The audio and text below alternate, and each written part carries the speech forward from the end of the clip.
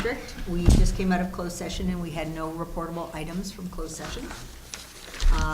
Let's start with a roll call. Okay, President Leonard Warren is not here this evening. We have Vice President or President Pro Tem Barbara Dye. Here. Director Jim Blanchard. Here. Director Matthew Clark. Here. Director David Seekins. Here. We have at the table General Manager Chuck Duffy and our legal counsel Bill Parkin, and I'm Delia Camito, the Assistant General Manager. Thank you. We're going to go to public participation. Before we start, let me just announce that there's a local drop-off recycling event happening Saturday, April 28th, 9 a.m. to 1 p.m. In the Burnham Strip parking lot. Free disposal, no fees or charges, one drop-off per household, no large truckloads, recyclable household items only. And it's for residents of El Granada, Miramar, Princeton, and Clipper Ridge. So this is a great service that's provided to us, and I hope people will take advantage of it. Do we have any public participation for items not on the agenda? All right, now let's move on to the agenda. With the approval of the board, we'd like to change the order of the agenda slightly. Begin with item number 3, then move on to item number 2, move item number 1 to the end of the agenda. Any objection to that? All right. Then we'd like to start with item number 3, consideration of district communications policy, including newsletter publication and website improvements. Here's staff report. Okay, so Barbara and David, as our ad hoc communications committee, have put together this memo that's in your board packet on page 59, based on their meeting with some people from PAC, namely Pat Tierney and Nancy Marsh. So they've made several suggestions in this committee memo. So I think what we're looking at doing with this kind of stuff, Barbara and I talked about this a little bit before the meeting, is rather than with some of these documents that are discussed in here, like the newsletter and the webpage and things like that, we've gotten some nice drafts from the PAC on the newsletter, on the Parks webpage. I think what we should do is take that and have the communications committee take a look at that, edit it, get it into a final format with myself included as well. As part of this, and this ties a little bit into number 2, which is the webpage and the newsletter, we should draft a bylaw, I think, that incorporates what we need to do with this kind of stuff. So we've got a bylaw that sets up the communications committee, sets them up as kind of the overseer of the webpage and newsletter as part of the communications policy. So I would suggest to your board that, again, we don't want to wordsmith some of these documents, that y'all take a look at them. We'll as staff, draft a bylaw incorporating these policies into our bylaws. And we can So a procedure for managing. Yeah, it's a policy and here. procedure manual, if you will. We call them bylaws. And that way we can draft that up, run it by you two, send it to the May meeting, and the board can approve that in total. So that's kind of what we're looking at. I was going to go briefly through some of your bullet points. Well, can I just ask one question Sure. first? Is there an existing policy regarding, you had mentioned that I there did might look it be? up, yes, and I have it right here. So as it turns out, I have all the power. So I don't want to change that part. Okay. But it actually does say, I am the only one who can change the web page. So obviously I work with Leonard and all the other people who give me input, like Matthew with the ecology agreement and whatnot. So we're going to change that policy to read, the communications committee in conjunction with staff will present changes to the website. So, but there is an existing policy. Yes, I looked it up. The committee's suggesting a quarterly newsletter, which I think is a good idea. We're looking at doing the first one as a paper copy, so I think that's also a good idea to alert people that we exist, here's what we do.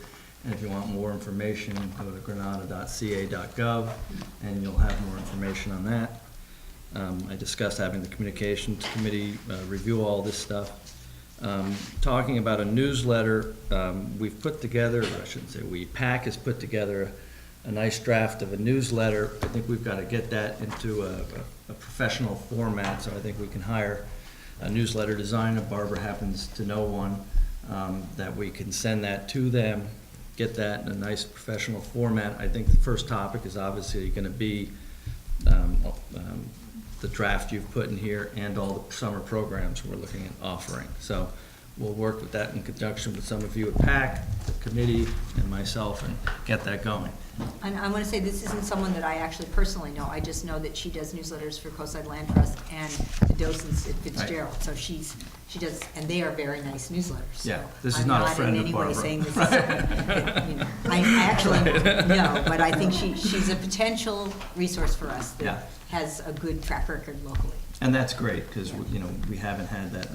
Our previous draftee was my wife, so it'll stop a lot of fights in my household, so I'm happy about this. Because I mean, we were talking about as a committee a little bit, there was a little back and forth in terms of, Delia was talking about she's done them all in the past, she wouldn't mind doing them at all. She already has the templates, so maybe part of that contract, whether we get multiple bids or just get this one person to, would be kind of a revised, modernized template that we could possibly, you know, they give us that template so that in the future, as we keep doing this, we could just make updates to that template. Yeah. Right? So and we've got that template. versus in-house. them just doing a one-time Right. thing, and then when we need another one, we gotta keep going. So I almost feel like not just the increased cost, but the Right. back and forth versus if they give us that revised template, that could be the next couple years of newsletters. And, yeah, and we're gonna contact this person that Barbara has talked about. And Yeah. others who might be potential. Right, Yeah. but we gotta, this first one, certainly we gotta get going quickly, so, you know, so we'll talk to them, we'll look at some of their work, unless they give us an egregious price, and we'll talk about that a little bit later here.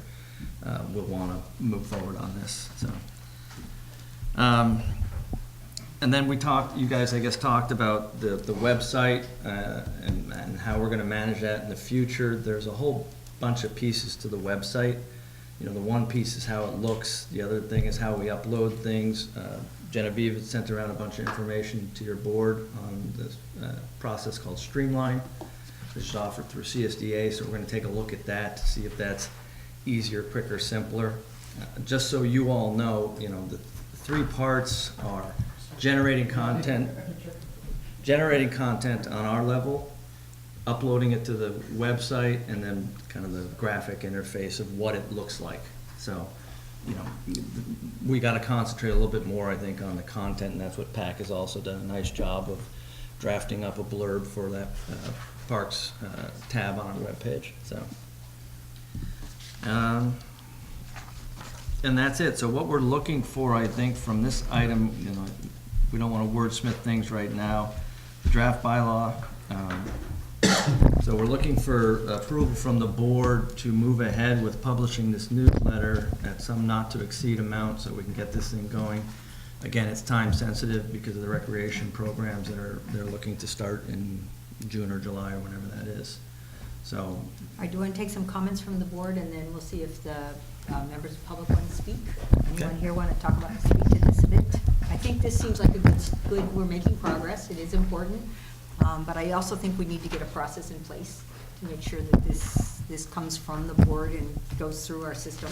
Nothing Yeah. too complicated, but let's. And if I could, I want to thank PAC. You know, Yes. you guys did throw a lot of information at us late last week, so we're going to have to talk about that process because we need a little, but thank you for Yes, really kicking this indeed. thing off and getting moving. It was great, so, yeah. I wasn't just thanking you, Pat. That was You said PAC. Okay, speaking of PAC, we have 6 items on tonight's agenda, and you go through them, and the term PAC and GPAC are used interchangeably. I suggest we pick one instead of, and I would favor PAC over GPAC. It's just easier to say. Okay. So Okay. let's do that. And now, I have. Hearing no objection. I have to launch into this. Director Warren, who couldn't be here tonight, did me the real kindness of sending me this email with comments that he would like to have presented on various items. And perhaps the most important one is on item 3. But first, on 3 of these 6 items, he wants to wordsmith previously should be formerly. And item 2, item 3, and item 6, there are places where that says GCSD previously GSD, and he wants to change previously to formerly. Well, that's his opinion. I don't agree personally. I looked it up in Webster's. Previously and formerly are synonyms. And I think we're going to defer wordsmithing. Yeah. Because we shouldn't be editing at a board level. Yeah, and So, well, it's my opinion. assuming Leonard's going to watch this, let me make my other points. We all value Leonard's opinions. So I looked it up in my Webster's, and I looked it up in my thesaurus, and indeed, previously and formerly are synonyms. And I went to the ultimate arbiter of the Oxford Dictionary of the English Language, and the definition for formerly was the state of a thing previously. So, to me, okay, that end of point. Okay. Then, on item 3, Leonard would like me to relay his comments. I understand that the current website allows updating by GCSD staff. There's no relevance to where it's hosted. Specifically, hosted locally is irrelevant. It should be hosted at a big company with solid infrastructure that a local company is very unlikely to have.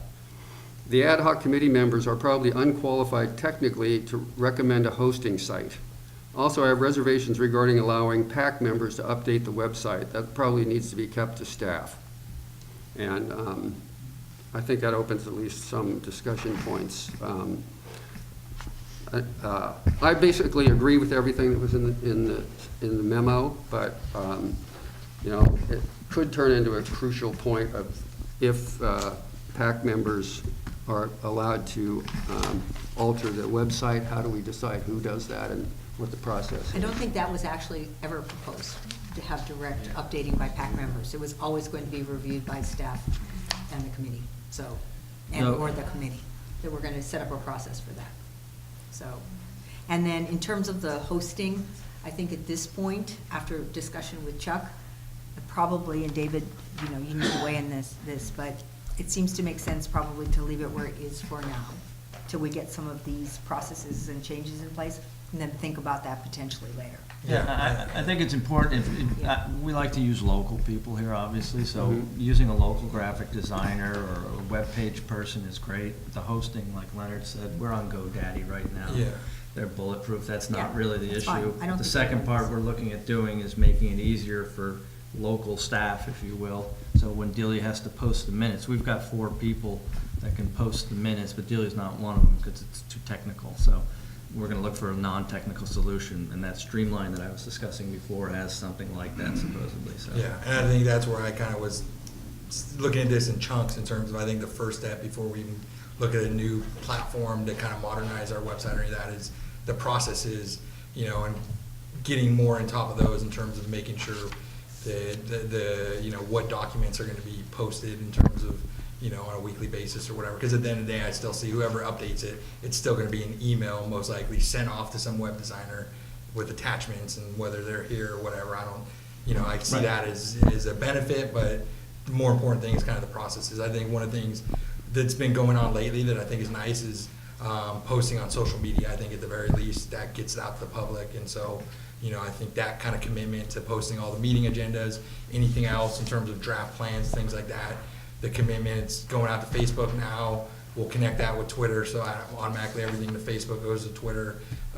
You know, the second piece was the next door. I feel like that's, you know, before we get the website, let's commit to that, because that's easy, free, that kind of process to, you know, have that information out there. And then I think it's a matter of that next step as far as, okay, what else is going to be. And we can put that in our this bylaw We need to policy figure out the process for procedure. that, too, Yeah. so Yeah. we don't have individuals doing Yeah. it. Right now, I did apply for an agency presence on Nextdoor, and right now, they're only providing those to public safety agencies. But I'm thinking about telling them that we do have a public safety component, so we'll see.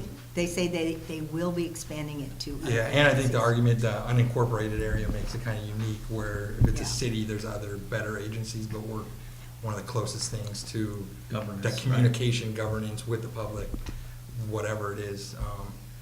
So I guess my feeling is we aren't done with our work on the communications committee, that we need to keep working on this and come up with a really workable way to make sure we're getting out to the community regularly, because we're gonna have so much happening in the year ahead that we need to be able to make sure the community knows what's going on.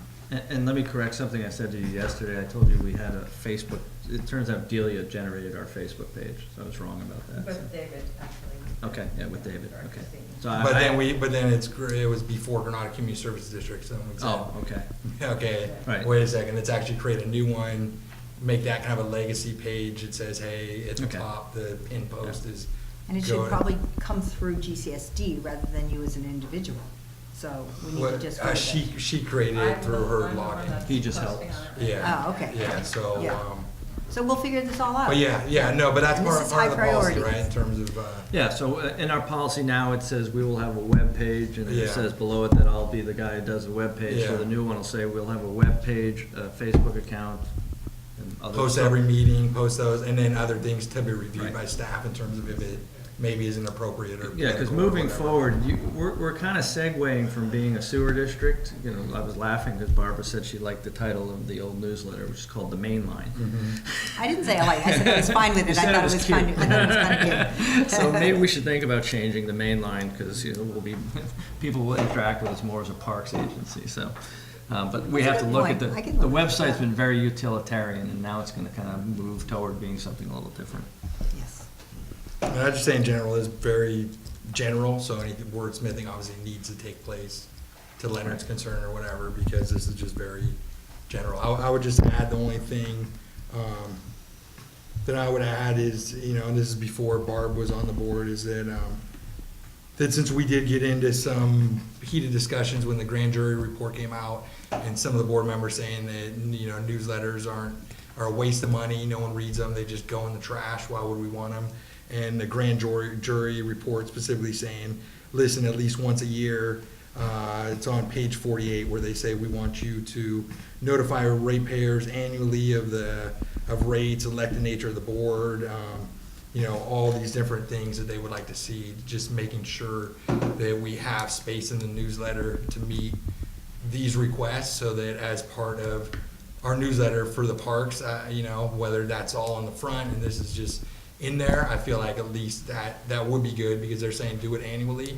So to me, this, by having, you know, including as much as they're requested in that newsletter, you know, as this goes on in the future, we could say that we are once a year meeting that threshold that they're asking for notifications to the public, so, I think that's great. yeah. Yeah, good suggestion. Okay, so how do we move this forward? I mean, there's some, you know, our report from the communications committee, I think most of it's kind of where we're going, but it's not exactly right. Do you want us make, do you So want a my motion, or do you want my us to? recommendation is that you direct staff to draft up an amendment to our bylaws that outline the policies and procedures for the communications policy, you know, including a newsletter and that kind of stuff. So I'll draft that, I'll work with you two All right, to but I make want to sure. take some public comment, make sure. Yeah, I yeah. understand that, yeah. Yeah. To make sure it's what you all want, we'll put that together and then we'll present it at the May meeting, so. And in the meantime, we'll meet with the communications folks from the PAC. Yeah, that'll be on Incorporate to them you in too, the yeah. process. Yes. And absolutely. you'll kind of take the lead on incorporating as much of the request from that page 48 of the grand jury report, because the PAC committee's been so passionate about parks and the newsletter and the content of that. I feel like they're not gonna be as passionate as about somebody, you know, putting graphs together, the rates and all that, in terms of that. When we do the newsletter, Yeah. I'll certainly draft a blurb for the Yeah, sewer for all- service everything charge. related to Yeah, sewer yeah, in terms of all absolutely. those Yeah, requests. that's not stuff they're Yeah, gonna worry about. yeah. That's the nuts and bolts, yeah. And we've got that on our website as well, too. Yeah, so, for sure. Yeah. Do we have And any remember- members of the public who want to speak to this item? I have a question. Okay, If- no one? Do we Okay. need to approve the bylaw draft that you will have at the next meeting before the first next newsletter goes out? Well, Then we're talking June. let's talk about, that's a good question, Matthew. Let's talk about timing of a newsletter. Takes us at least 2 weeks to get it final drafted, sent to the guy, printed, so. if you want to task, I guess it's up to your board, how do you want to task, do you want to task the committee with final approval of the newsletter, with your board's broad backing of what you want in the newsletter? Yeah, I mean, as far as timing, I would say the key date is when we talk about the summer programs, when those are starting, and kind of work backwards from there as far Yeah. as our. I think the summer programs is the key, Pat, When do time-sensitive the summer items. programs start? I'm Patrick Tierney, co-chair of PAC. It would be in June. Okay. July and August is all we're contemplating right now. That can change. We call it a summer program, so it'd have to be followed in that period of time. The other thing to consider is that the public needs enough time to be able to get the word out. We need to get the word out and make decisions. So May 1st is going to be, I would think, the absolute latest that you'd want to have a newsletter out. Mailed out, so it's Mailed gonna out, hit people's yeah. houses May 1st. Yeah, because parents are obviously making plans for their kids for Right. the summer and so forth, so.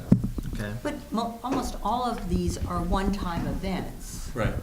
So it's not as if, everybody's calendar is gonna make and break in these events. They're not gonna be, they're all great events. I think it's amazing and fabulous what you've done, but I'm not sure that people are gonna be changing their summer calendar and plans for these events. You'd be surprised.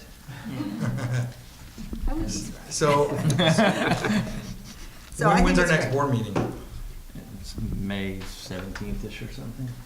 Would the end of May be too late if we tried to have a draft ready by May 1st, but say it didn't go out until the end of May? Would that, opinion is yes. it would be you think of cutting it close? All right.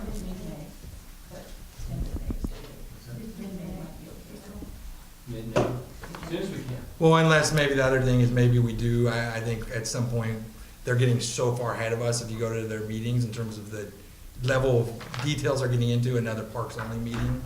Maybe that could coincide with the first, Thursday of the month in May, and this being the number one item that we knock out along with all the other things that they're talking about. I don't know. And that's why I say, or we could do it if we want to streamline it. There's two ways we could do it, now that we've talked about this out loud. May 17th is our next board meeting. We can have the thing drafted and teed up and approved on a local basis and have the board put the final stamp on the 17th. But now you're going to mail stuff out the next week, and that's getting kind of late, so. And I don't think the board should be approving copy, Right, so. so let's, So I was gonna how about if we say if this first one,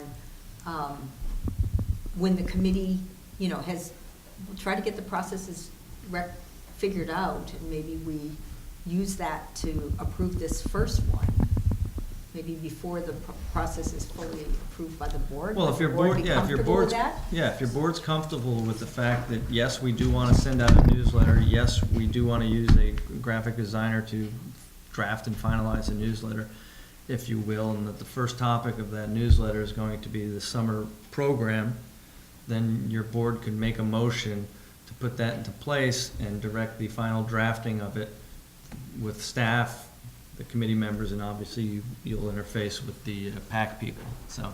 Yeah, I'm fine with that. The only thing I would add is unless we did want to do a special parks only meeting on May 3rd, first Thursday, in terms of that would help making sure that anything is cleaned up so that it goes out directly after that. Well, but if you Otherwise- two have the power to approve it, Yeah, and the whatever. rest of the I mean, board just agrees don't with think that, we you don't should even be have to do it. approving Yeah. No, I agree. I'm text fine with of that, newsletters exactly. at the board meeting. Totally. I mean, that's not- I think for sure. I'm just saying on the end that we do need another parks only meeting pretty soon in terms of you can see how much they're Well- covering, and even within the topics they're covering, they're raising multiple questions. Should we have this? Should we? And that's at those points where we need to get more in the weeds of some of these things that they're talking about at their meetings. And, But I think that's a separate issue from getting this newsletter for sure. out quickly, so, Yeah. yeah. Nancy, Yeah. did you want to speak? Can you come up and identify yourself? Nancy Marsh, also on PAC and the Communications Subcommittee. Some of you have seen the draft, it's not in your packet, of the newsletter we did, which was fairly broad, but I think given this discussion and the timing, we could focus it really on the summer, a little bit about what the parks remit is and put the summer stuff on the first page and streamline a little bit. We had things in like our priorities, and that can wait for the web page, but if we just focus on the summer things, we could make a I pretty think streamlined process. That's the consensus here.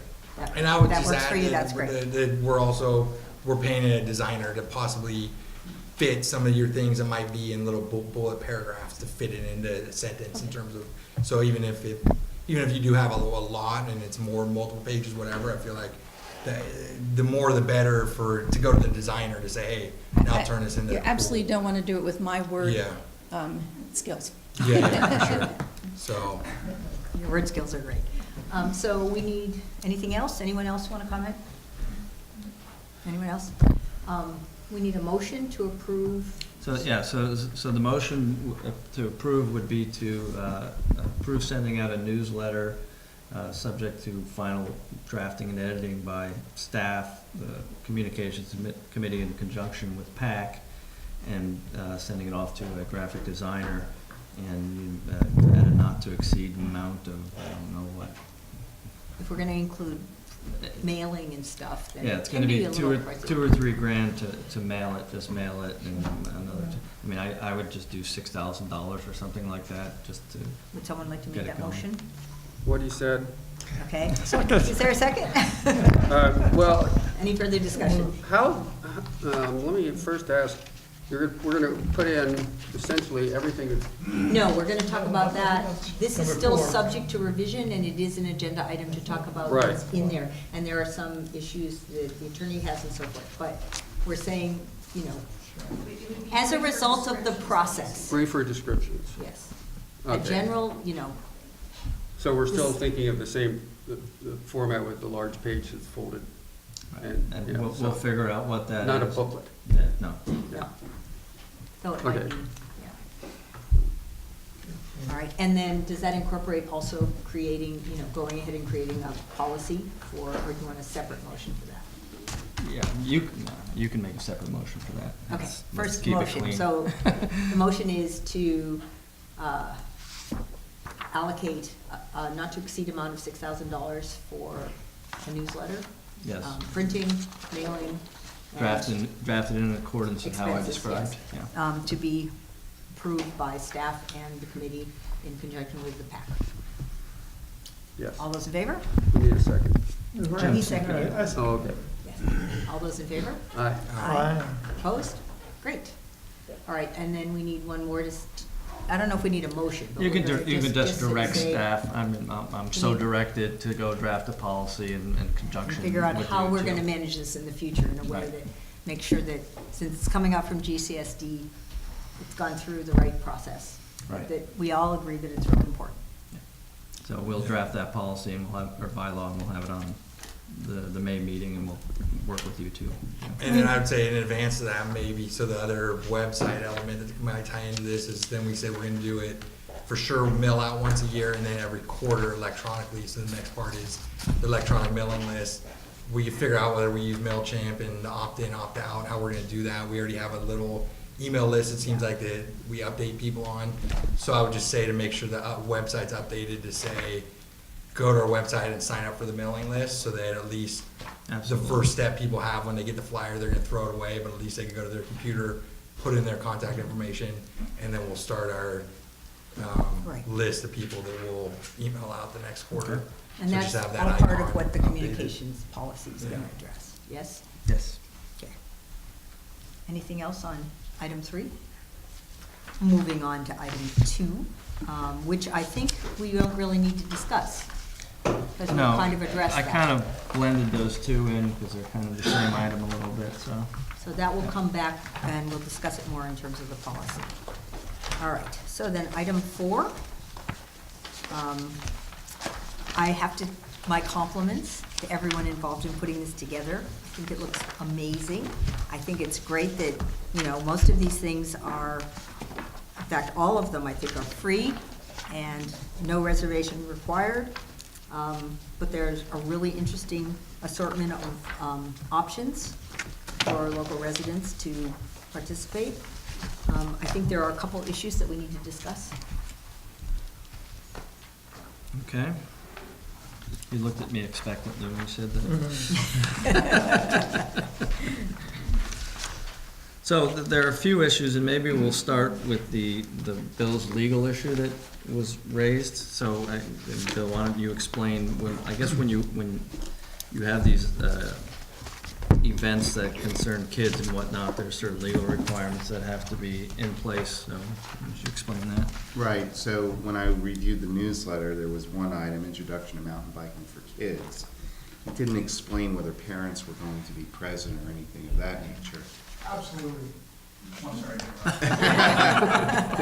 All right. So I think we want to be absolutely clear that a parent needs to be present, because what you don't want is, if we're leading groups of kids, what I understand right now is that we're not currently set up for that, in that there are mandates under state law for what are called mandatory reporters, people who are fingerprinted and have gone through training for obvious reasons. So It's not even just ordinary fingerprinting. You have to go get the special That's right. fingerprinting, because I've done it, yeah. That's right. And so, because we're not set up with that, we wouldn't want to yet have programs that have groups of children that are led by either our staff or people we contract with or people who are involved with us. So that's just not something we're set up to do yet. So I think we're going to want to make clear that a parent needs to be present in these kinds of instances.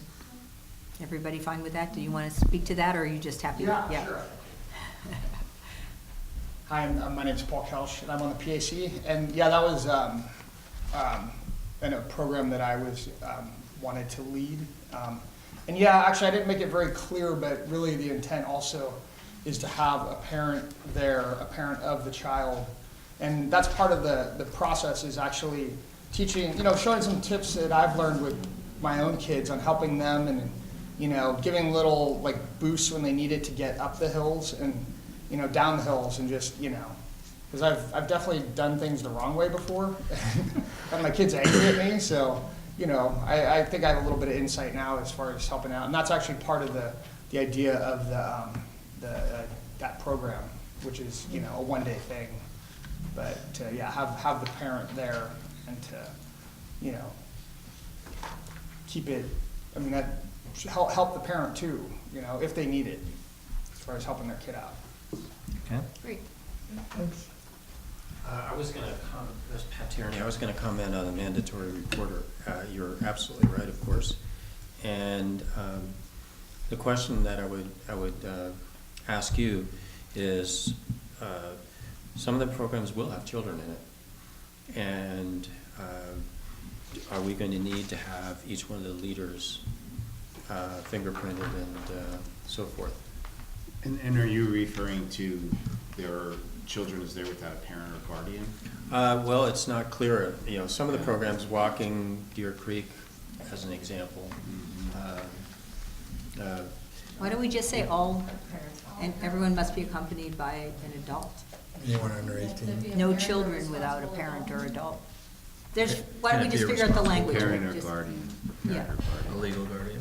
Yeah, we can do that. It just makes it less appealing to some parents because they're looking for a drop-off situation. But, We can't. yeah, just so yeah. it's clear. Yeah. And that goes all the way up to people everybody under 18? Yes. Yes. Yeah. Yeah, I mean, it's too bad, but it's the world today, so I don't think, yeah. I mean, maybe the following year we could set up a system, but we don't have time to do it for this summer, so I still think they're gonna be great, and everybody's gonna have a really good time. When do you envision figuring out all the dates? I know one of them's mine, and I was thinking, when am I gonna do this? We have a PAC meeting The history. on the 8th of May. So I would suspect that on the 8th of May, we would have all of our details, including dates, exact locations, leaders. Okay, We'd have to in order to make the schedule okay, that sounds as great. such. All right. But have we decided to put on here that parents? Yes, I think everyone's in agreement on that. Well, I so think everyone what here is is, what agreeing. is the technical definition of the legal guardian in terms of what if one parent goes and represents multiple kids, the friends of, Can they do that? Is that possible for them, that parent to be responsible for those kids? Whether it's maybe that's an additional signature that they need to do in advance, that their parents need to sign, that either your parent needs to be there if you're under 18, or there's a special waiver that your parent needs to sign that fill in the blank is gonna be joining and responsible for those kids, and then one parent could take on a couple friends. It's a great question. I will say that probably what you want to do right now is stick to parent or guardians of the child. And, you know, frankly, I have another agency that has set up a program, and it's not the hardest thing to do. It's just that we're not set up to do it this summer. But setting up a program where you do have people who are in charge, who are mandatory reporters and know what to do, and have gone through the training, and a lot of the training is online, and it's not that time consuming, but they're fingerprinted and they've gone through a process. So that's really the best way to deal with it, and, you know, just deal with that issue, because, you know, aside from the liability questions, there's state law involved, and obviously with kids, you want to be absolutely abundantly cautious, protect them, so it's important. And I think it's really important to have it in the materials, that's the rule. And is this in addition to everyone has to sign the waiver of liability? Right, so that form is just, actually, when you look at it, it's just for the activity. You're engaging in activity that, you know, mountain biking, you get bumps, scrapes, broken arms, And or we're what gonna have ask you. you to review this. Right, and I'll certainly will review that, and it's just for the actual activity, you know, the harm caused as a result of the, you know, any dangers you encounter as part of the activity. You know, pretty standard when you have people involved with these kinds of recreational activities. And as I mentioned, I'd like you to add a photo release in there. That's right. So if we get some good photos, we don't have to scramble to get permission to use them. Pat, did you want to say something more? I was going to also mention that one thing the PAC will do is we'll put together a child protection plan for the activities. I've done it for my organization for years. Great. So we can borrow from that, but it's also a very good idea, and protects you not only the waiver, but having the training and a plan and everything else is best. Great. So are we ready to approve this in concept? Details to be worked out and reviewed by staff? Yeah, do any board members? I mean, other things is, so for the biking, do you have to bring all your own bikes, helmets, all that, or is there gonna be an option if you don't have a bike to rent them out? Is that possible? Or do you think that's unrealistic in terms of complicating things to have? We have someone who wants to Contract out with Bike Works or whatever to have a fee for a bike and rental? It says they'll have a limited number of kid-sized mountain bikes and helmets available to share. And the cost of that? You know, my thoughts were people would have their own gear and bikes, but one thing that I did think of is sometimes bikes are in disrepair, and I was gonna volunteer to help, you know, it'd have to be somewhat beforehand, but, you know, maybe help with getting the bike going beforehand, but, you know, that might be a question too of. You could come a couple hours early or something, just have it be the parking tank, and then. Yeah, or even maybe a day, you know, a day, you know, something like that, like, because sometimes they just need some, you know, lube and some tweaking, sometimes bikes sit outside, but, you know, I don't know, maybe that's also something to consider in liability too, is that, I mean, it's volunteer, I don't know, is there any risk involved with offering that type of service? Well, don't ask the lawyer that. He'll never get this thing going. Yeah, anyway, just to also, that was another idea that I had. I think we'll have to work out those details, but Yeah. it sounds like, Do any companies currently rent mountain bikes on the coast? I know there's a bunch of bike rentals. Bikeworks doesn't yet. They don't. They're going to be Okay, starting so it's up sometime if they this could year, get this ready by then. Yeah. Otherwise, it's probably unrealistic that I we'll can have ask that. Chris, but it maybe doesn't next sound- year. I mean, and I do have a couple bikes that I could loan too, so there's that, I'm sure I would be willing to do that, but, you know, that's also a detail of it. Yeah. And then I just have one more thought. It seems as if it would be nice if we had a small or some kind of sign in a prominent location, doesn't have to be big, that says, walk this Saturday, you know, and what it is, you know, a place to put up a little banner for each of these walks in advance, so, because I think a lot of these are gonna be sort of ad hoc, people are gonna, I agree, some people will put them on their calendar, but I think since a lot of them are gonna be on weekends, people might go, oh yeah, this weekend, that's when the Explorer Walk is gonna be, I think I'll do it. Well, yeah, So- no, I think absolutely, I think any that'd be- signage So that's over- something to think about, we hadn't really thought about that. No, yeah, I think any signage over on Burnham Strip area, whatever, that would get, you know, a banner, whether it's saying sign up for summer programs, that Maybe would we probably can get look into more, that. Delia? more Yeah. ROI Well, than. we have banner paper here, and our copier has the capability of doing banners, so if anybody wants one, we can work with them and. Yeah, we need to put figure out the some- right location, because I don't want something, you know, big and Yeah. awful, but something Yeah, that the people committee could can see, decide, so but we can should figure possibly that out. print something out. I just wanted to mention that I know that, for instance, the yoga class might be at El Granada School. I think they charge for the They do. rental. I just want to make sure it's okay if we, the district, will okay paying for any fees that are incurred for the utilization of the school property, or, you know, there, it's fairly minor cost, I think. I don't know how much it costs, but I can check in. $200 for Yeah. any room rental we Should we allocate up to $1,000 for I just can't see the volunteers spending their Oh, own no, money no, for no, this. I agree with that. Yeah, I just want to make sure that we're okay on that. I mean, honestly, it's the board's decision, obviously. I think we should approve the expenses of whatever Yeah. we need to do to get these things Yeah. going. Because, Yeah. you know, I even agree. talking about the mountain bikes, listening and saying, if this thing gets a good turnout, there's a lot of kids that don't have bikes. You could literally go out and buy 5 bikes for $500, right? And that's part of the program, because that's what we're here to do, you know? But Bring- I don't know about this summer. No. But I agree with the concept, yeah. All right, So shall we say that we're going, anything necessary expenditures we'll cover, or should we put a price limit on it? I think you leave it to us. I mean, Reasonable. we've worked together. I'm not gonna go spend $10,000, you know? We just wanna keep this thing moving, I think, so, if that's okay with you.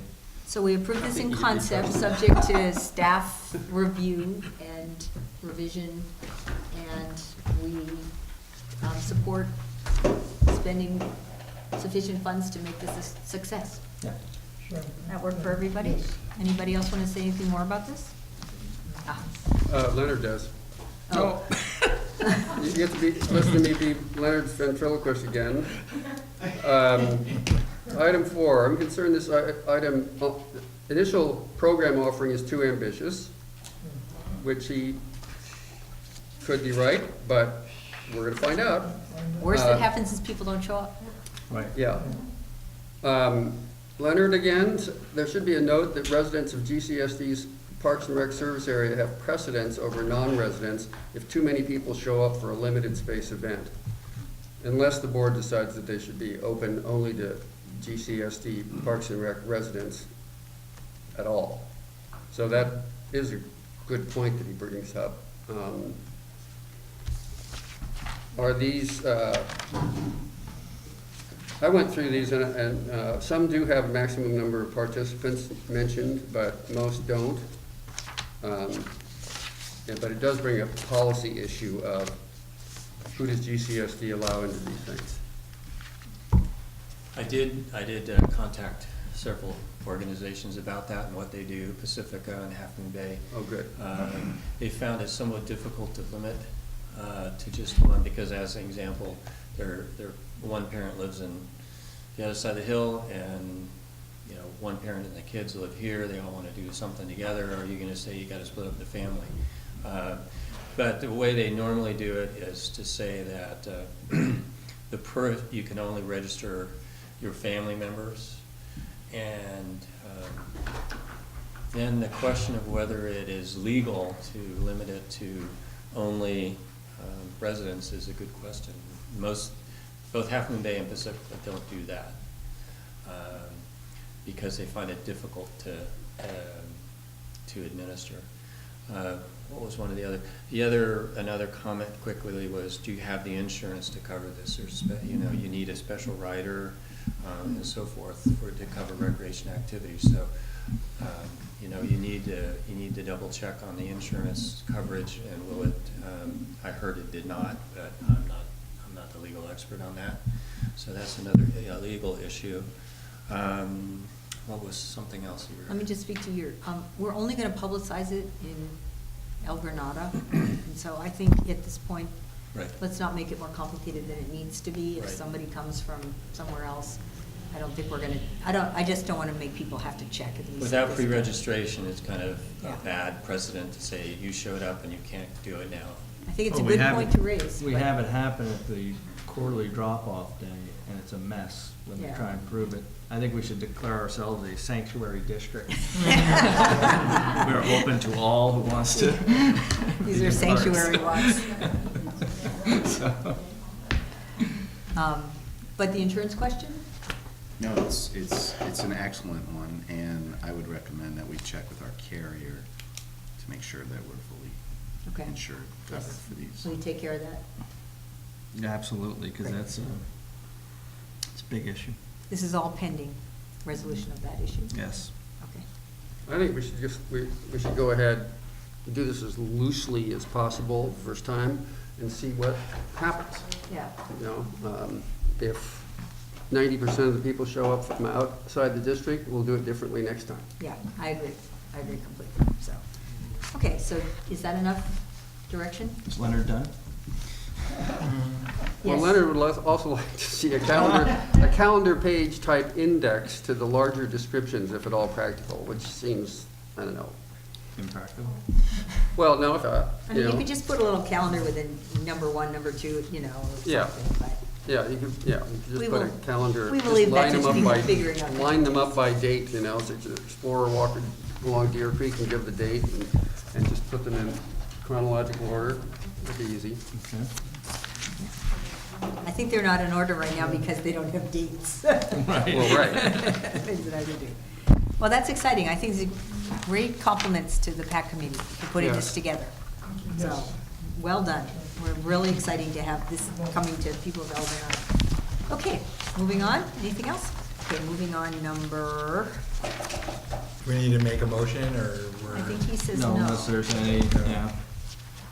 Okay. Bicycle pump track letter.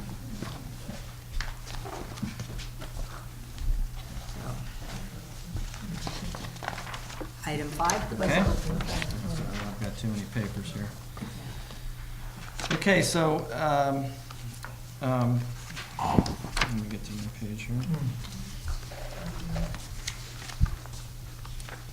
So there's been a lot of interest, obviously, in the past on this bike pump track, and I actually spoke with Sam Hertzberg today from the county, because there seemed to be some confusion as to where it was gonna be, who was gonna pay for it and whatnot, and so I told him, obviously, we're gonna discuss it at the board meeting tonight, and we'll resolve these issues. So, Paul, was it you who contacted CUSD? Oh, Pat did? I didn't usually, Paul did recently. Okay. So, you've contacted CUSD and they showed some interest in possibly leasing us their land for a pump track.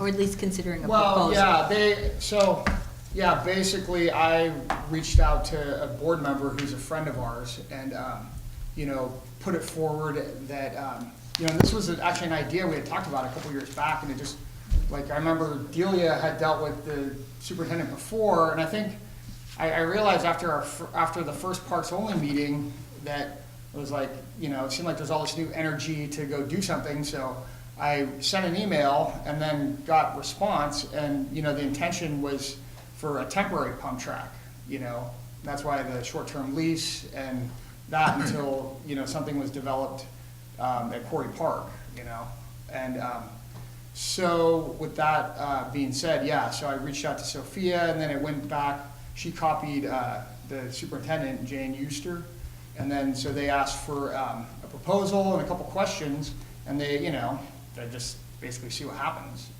So, yeah, you know, so what I think is kind of funny is that, you know, being that I initiated this, is I actually do think that I'm now of the opinion that the Quarry Park planning has gotten to a point, and I believe that they're gonna be, well, I know they're gonna be releasing the preliminary master plan on Tuesday, and it's very confident there's gonna be a pump track included in that. And I think that, at this point, to move forward with pursuing a lease at the school district property for this temporary pump track, I don't think that there's really any likelihood it would get done any sooner than something would be ready at Quarry Park. Just because, I think the school district property we have, I mean, it's undeveloped land, and you have every other challenge that you would have at Quarry Park with neighbors and such, and then, but you don't have a restroom, you don't have water, you don't have rangers for security. I mean, you're essentially just completely starting from scratch, where at the Quarry Park, they've already been working through the master plan, and they've done 4 public workshops, and they've done a lot of vetting with the community, and there's been a lot of momentum there, a lot of time put into it. So Would you I like feel- us to defer this till the next meeting? Yeah, I mean, so I really think that we should go for, pursue a lease at that property, and then maybe what I think the PAC should do is come up with some other ideas too, like just make it more of a, we have these ideas, and these still match the characteristics of being something that could be removable, was consistent with a short-term lease, because I think that is an ideal spot for a park, being that it's on that side of I mean, it would be great to have that as park space, so, that's my belief. So why don't we, just defer this and send it back to the PAC, and then at your next meeting, you'll have been to the Quarry Park meeting, and you can talk about it and decide what you want to do? Yeah, that sounds good. Although I think I would add that I feel like we were on the same conversation thread at the last Parks meeting. I think Dave Olson stood up and said, wait a second though, it might sound good, but Quarry Park is at least 5+ years away.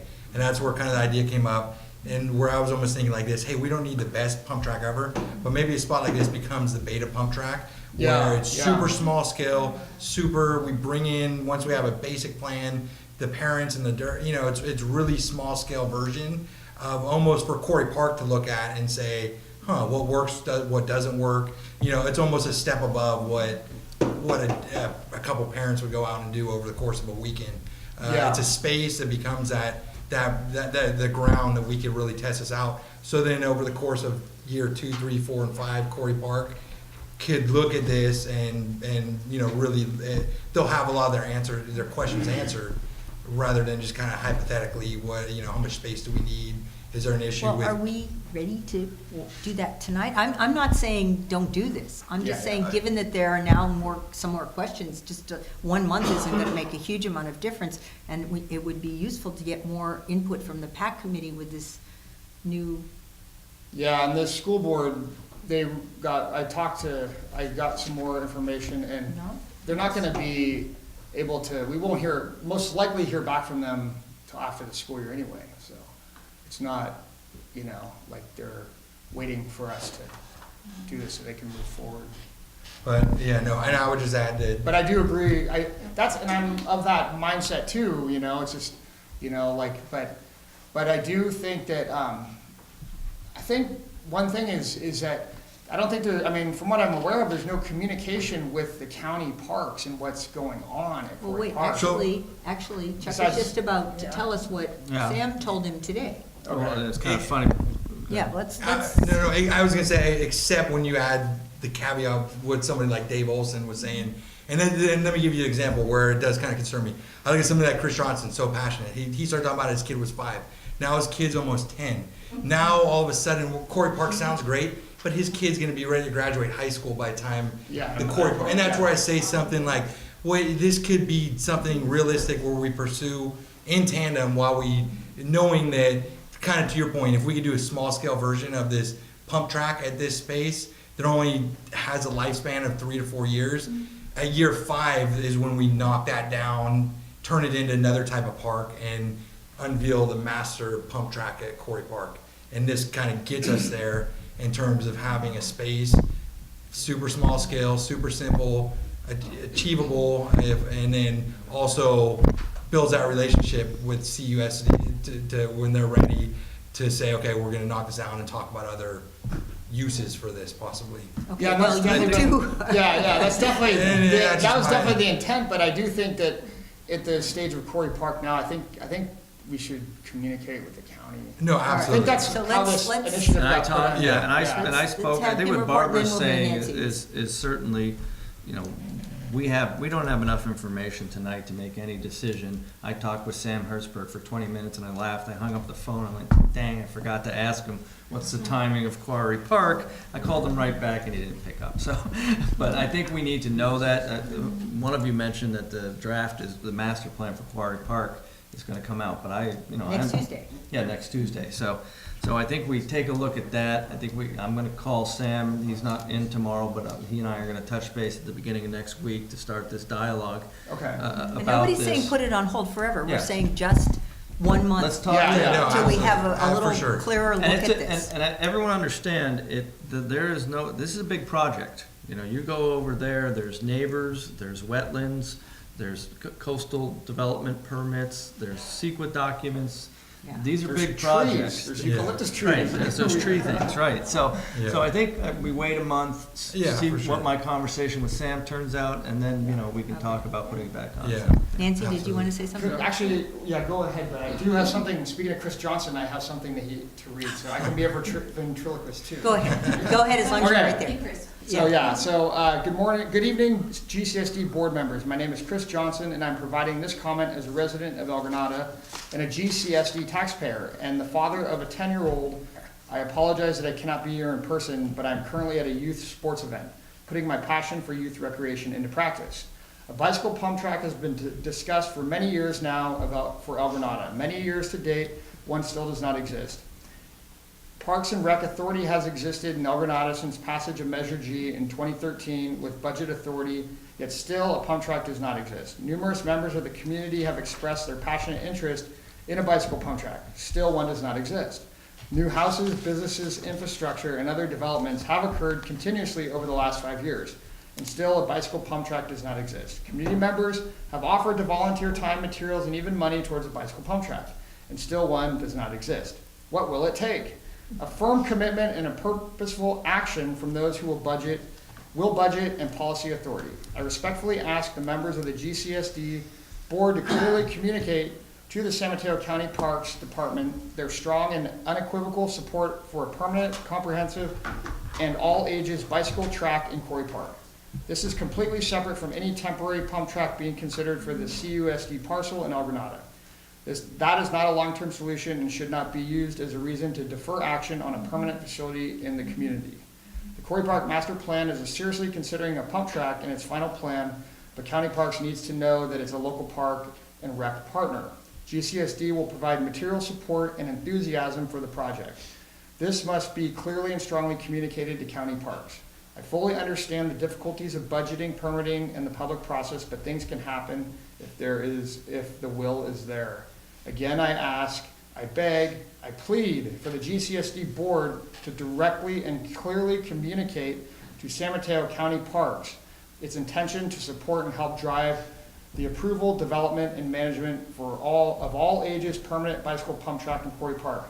Thank you for your time and attention, Chris Johnson, El Granada. So I know he would have done Thank you, a much Chris. better job than me, so.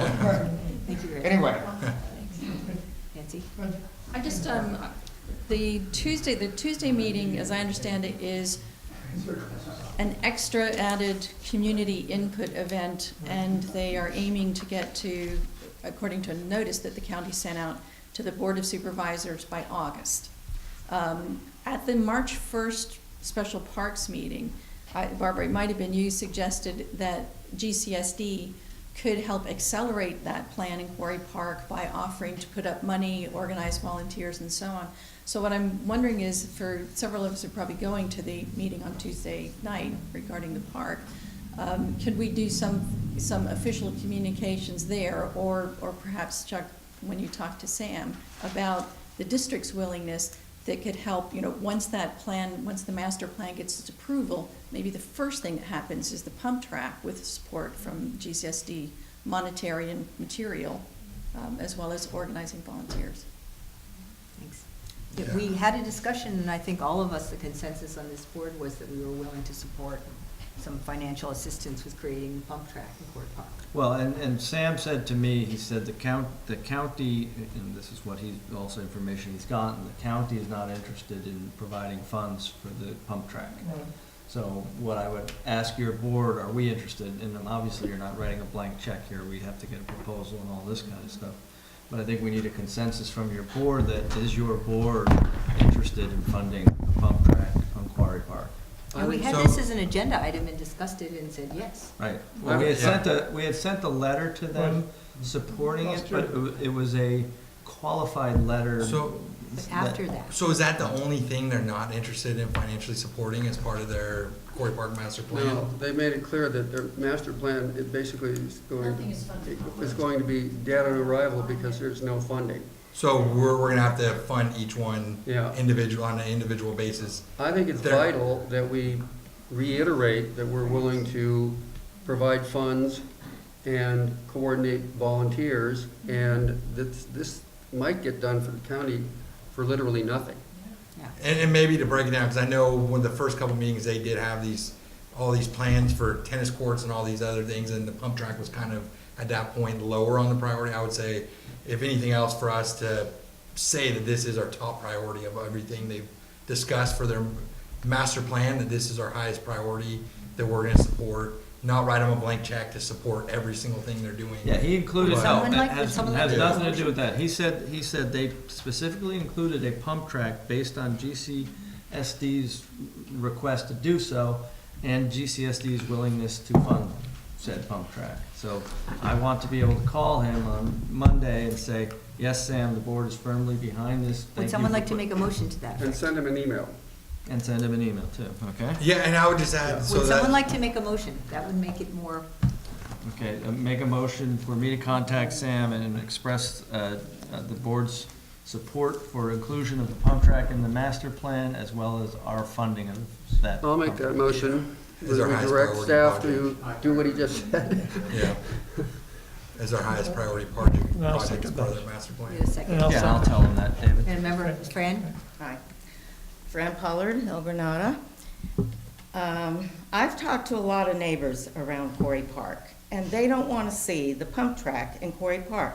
There is so much stuff going on now in Quarry Park that I don't know, I think it's a conflict with all the other things that are going on. Bicycling and dogs and people and children walking and dog walking and people walking up there and people driving up there. The county advertises that now, Quarry Park, on their website. So people come from the Bay Area, all over the Bay Area to come there.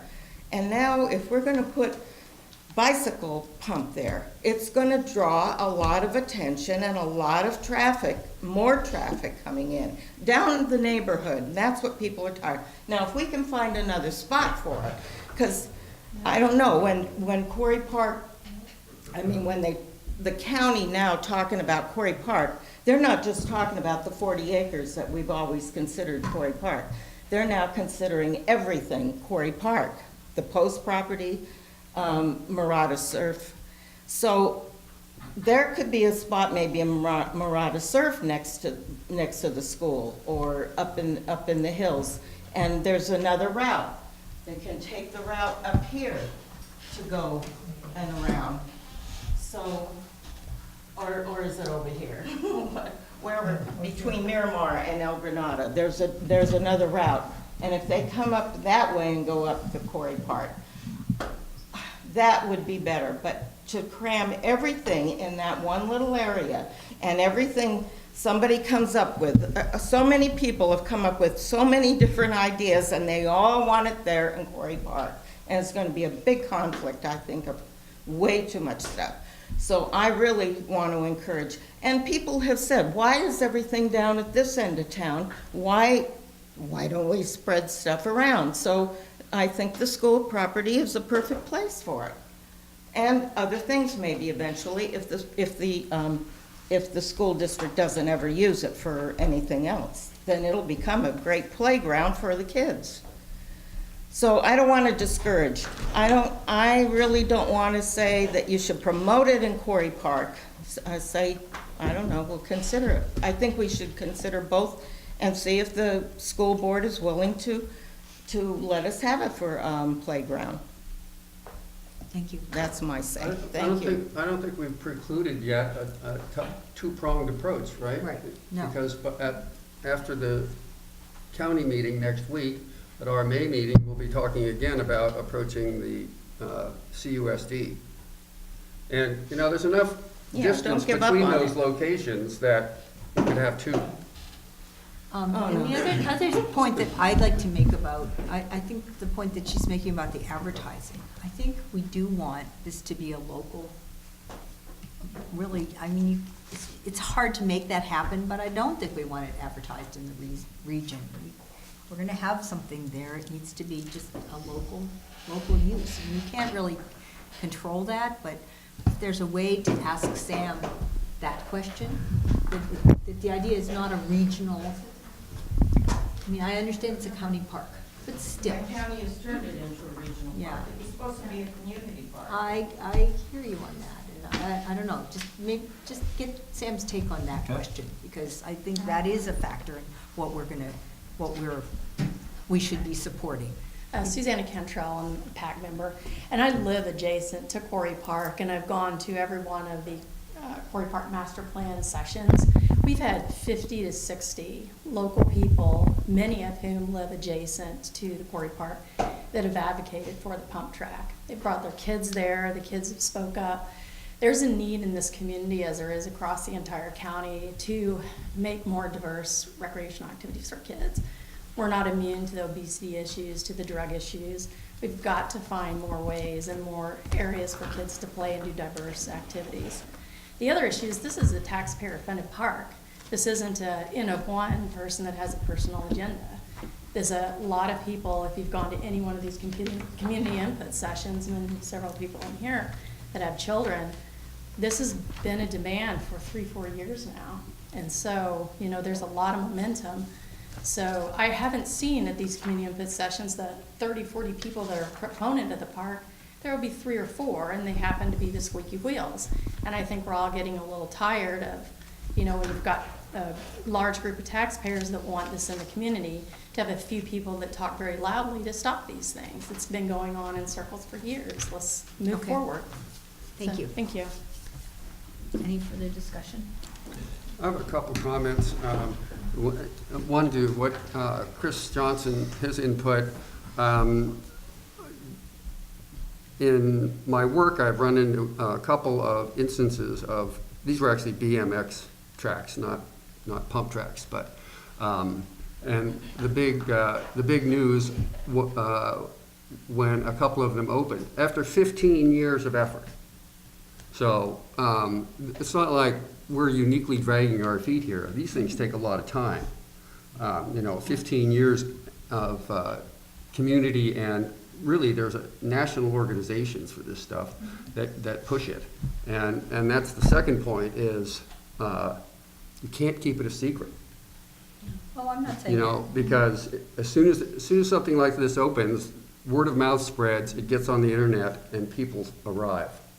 And we just approved, for the summer recreation programs, we approved let anybody come.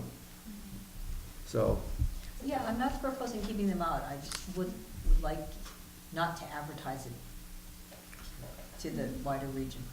Anyway, anyone else? I would just add the unique thing of a pump track, it's not a skate park in terms of it could go up pretty quick, it could come down pretty quick. Yeah. The resources aren't gonna be there in terms of what you need to put into it, like some of these other things. So I think that's where, even when I talked, I remember Chris last meeting, I wasn't so sure at first, and his comment was, we need something. There might be better locations in the CUSD location, I think to his point, Quarry Park even, but we need something, and I feel like that's where I'm kind of getting at. There is this first version, simple version, that I think that could solve it if Quarry's gonna take too long. I think the other misconception, even when I first started with the pump track and I heard everyone, I thought that a pump track was more like a BMX type thing and more geared towards kids. In part of the education process, some of the people on the Parks Committee, the one guy had built and designed like 50 of these. Some of his clients were retired high net worth people with lots of land, where he goes in their backyard, and as part of their required treatment, recommended from their physicians and doctors, it's hard for them to run and do things like that. One of the best exercises is a pump track. They get a full cardio workout without the strain and stress on knees and joints and things like that. And he showed me his video. The guy was in his 70s, and that's kind of what sold me. The guy went around twice, and it was pretty big. And by the third time he went around, he was absolutely exhausted. You could see he was, and that's what kind of changed me in terms of, I thought this was kind of just for fun for kids to mess around with. But I could actually see myself committing 35 minutes a day, getting my cardio in. And I think that's one of the misconceptions too, in terms of we're thinking kids kind of going, wow. I feel like if this is done right with kind of the inside part, more for kind of playing around, and the outside part more geared towards a smoother kind of cardio, I think there's going to be a lot of people that are surprised of the demographic of people that this appeals to. Thank you. Yeah. Can you introduce yourself? Yeah, Rick Barker, El Granada resident. In regards to the school district property, could that be used not just for pump track, but there were lots of other proposals such as bocce ball, frisbee golf, things of that nature that, in my opinion, weren't very well suited for the Quarry Park because of the gradients and things of that nature. Seems like the gradients are much less severe in the school district property. It seems like that could alleviate some of the congestion issues you had of everything needing to be in that one area. So it seems like the gradient is something you want for the pump track, and it's something you probably don't necessarily need or require or want for bocce ball at least, but frisbee golf at least. And there's less poison oak in that area. So I think those should be brought up if we're going to try to spread out activities and diversify properties. And I think this is something we want the PAC, maybe Yeah. on the next PAC committee agenda, to talk about some of these issues and bring it back to us. I think we're saying this should come back in a month. Excellent, thank you. Yeah. Any further discussion of the motion? Are we ready to vote on the motion? Yes? All those in favor? Aye. Aye. Aye. Opposed? Motion was, The motion was to communicate to Sam Hertzberg and the county that the GCSD board supports and is ready to provide money for the pump track. and I think there will be many more opportunities to talk about minimizing impacts on the neighbors and so forth. So I think that is an important thing. I think it's totally unpredictable which is going to take longer. I know, I agree. I'd be surprised if the school district has in place a mechanism to lease portions of their property for specific uses to other groups. That could take them a year, right there. Yeah. So, All right, anything further on this item? Can I just ask one question? Is there any direction to PAC to come back with something on the CRSP property? I think we're sending it back to them. Okay, so If they decided not to do it, I guess that's their prerogative, but we're sending it back to them, and I assume that that's something of interest enough to them to bring it back to us. Moving on to item 6. Okay, item 6 is consideration of draft architect RFP for the El Granada median 7, 8, and 11. So the PAC has put together a request for proposals to be sent to landscape architects or planners to develop a plan for those median 7, 8, and 11, kind of as a preliminary plan that will hopefully lead to a broader plan for all the medians. Tackle me if I've said something wrong here, but that's, so I've taken a look at that, and again, we didn't have a lot of time to discuss this, obviously, because we got it late last week, but we've been working with Kikuchi and K&K, I'll keep Yes, just go there, K&K on the Burnham Strip plan, and there's been some discussion from them, and the median 11, if you guys don't know, is right here down the middle, staring at the Burnham Strip, and they've kind of taken a look as part of that Burnham Strip that avenue is a gateway, if you will, to the whole downtown El Granada, as it were. So we've talked with them about that. I'd like to get some more of their input from it. We haven't talked at length because we've been focused on getting this Burnham Strip plan in place. So in the interest, Maybe, can I just interrupt for a minute? Which is that K&K presented their 3 preliminary designs for Burnham Strip to Leonard and myself, and we're very happy with them. I think they're going to be a very good way to stimulate discussion. Again, they're not going to be 3 plans that we choose one or even choose parts of all of them, because then the idea is to go out and get public input, and then probably a second contract for them to develop some final plans based on the PAC committee recommendation, what the board wants, what the public wants. I just like to go on record and say I'm very pleased with the work that they've done. They've been creative, and I think they've done a great job. Yeah, So good. that's sort of a preliminary, because I think that's kind of a model for what we might do right, okay. the next step. So, and I also had an opportunity to talk to Sam Hertzberg after we discussed the pump track about the medians proposal they had put together for the master plan of the medians. And when I was speaking with Sam, I said, gosh, it seemed like a lot of money. It was $150,000 to do conceptual design and whatnot for the medians. He told me he didn't think it was much at all, which as we come from 2 different ends there, it's a lot of money, I think, but. And maybe someone from PAC can get up to the microphone and talk about this a little bit, but I think what we're all looking for is something, to get something out there, get something going, get the low-hanging fruit. And I think that the easiest and simplest way to do that would be to focus our efforts, maybe leave 11 alone for now, focus your efforts on 7 and 8, and rather than go out for an RFP, which I hope what looks to me like a relatively simple thing, and we've got Dale's sketch that he drew up that he discussed with PAC and whatnot, that maybe we add something onto the K&K contract we have now, that you all could work with them to develop some conceptual plans.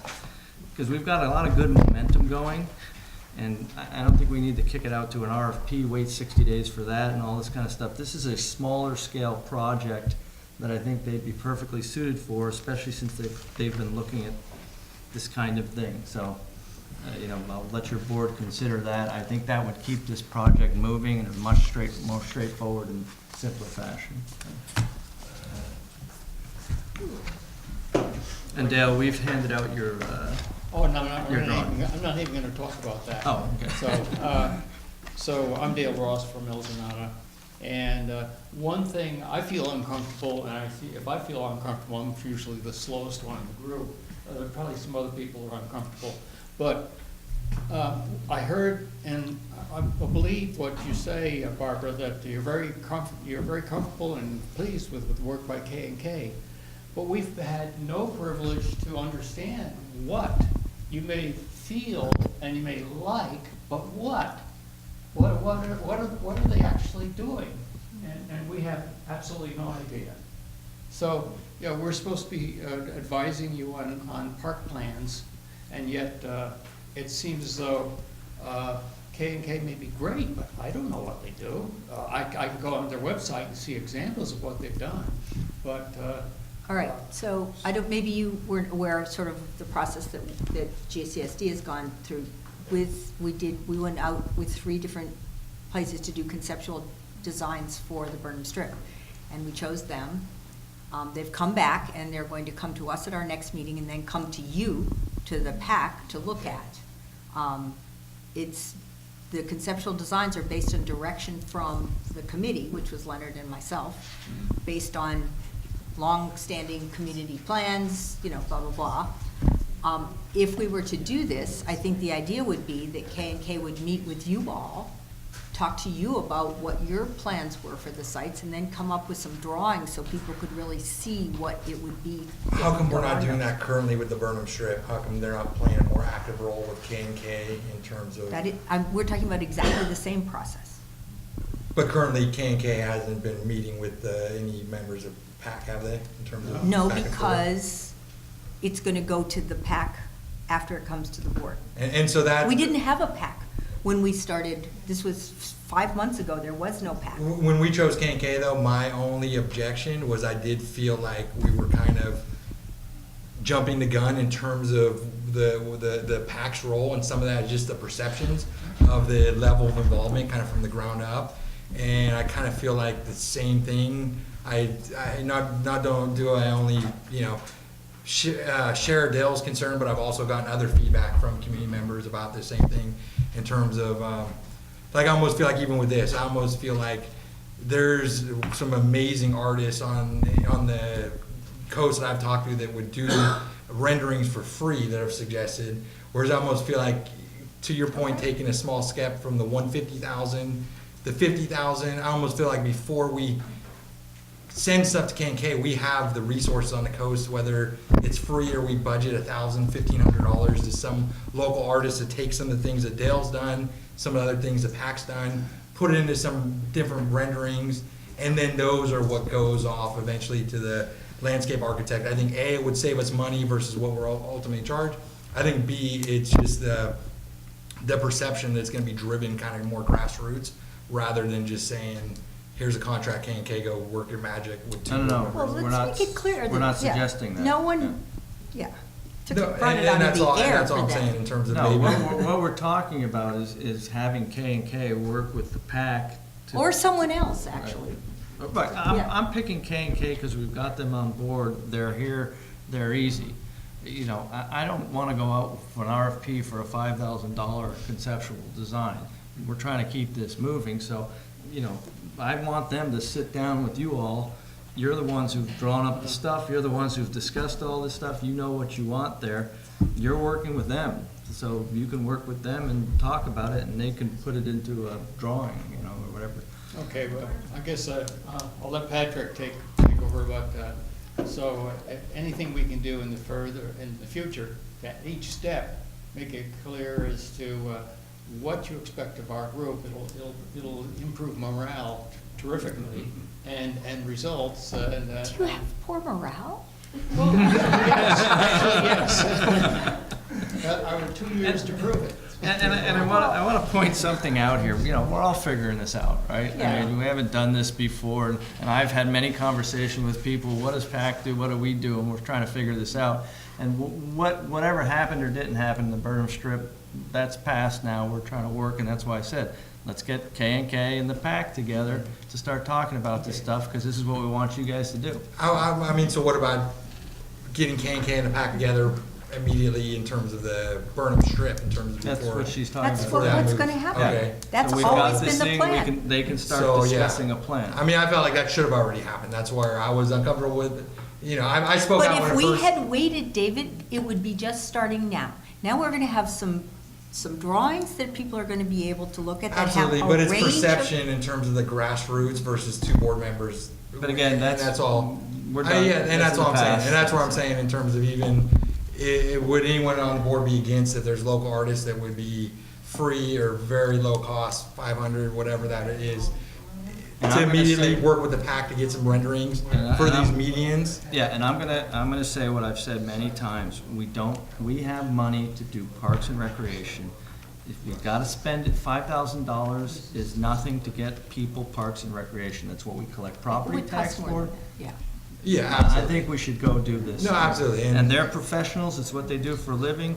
You guys are all in the community, you're formed the PAC to give them the input, so I think it's a Yeah. win-win for everybody. There seems to be a perception that people have been cut out of this, and that's not the case. It is not the case. This board appointed a committee to relate with K&K based on input from the PAC and the board and the staff, and give them guidelines. They have come up with 3 concepts. These are not plans. These are They're not plans. certainly not final plans. They are concepts for discussion. And the PAC, I would expect to be fully involved in this. And I like Chuck's idea. I don't know why at that same time, it might take you a long afternoon, but we should get the medians worked on this too and have. Well, the we were same, thinking you that know. if we started it now, we could go through the Burnham Strip process, and then immediately after that, you know, because it takes a little while to get something up there Yeah, to yeah. people to look at, so. But the key is, the whole point is, and with all due respect, Dale, I was on the committee for a while, and under the county, we couldn't get much done, but I think there's so much happening right now, I'm just so surprised that you're feeling discouraged, because it seems like great things are happening. So anyway, let's get something going on the medians, but, go ahead, yes? 3 points of clarification to simplify the discussion. The proposed RFP here is for the playgrounds only. It is not for all the other medians.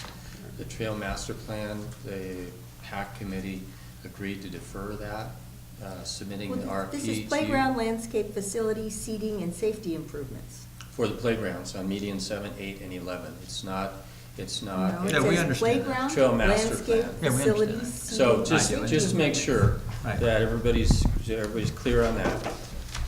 You can further break it out into median 8, which has existing picnic tables on it. Just simply replacing the picnic tables. It doesn't require CEQA, it doesn't require anything, it's a standard maintenance. That would be the first easiest step. So if you were interested in seeing something, having the public see something on the ground, the picnic tables is the low-hanging fruit. The second point I'd like to make is that the playground design, you want to have a certified landscape architect do that because of the liability and the risk involved and the child safety issues and those sorts of things. They have the experience and background.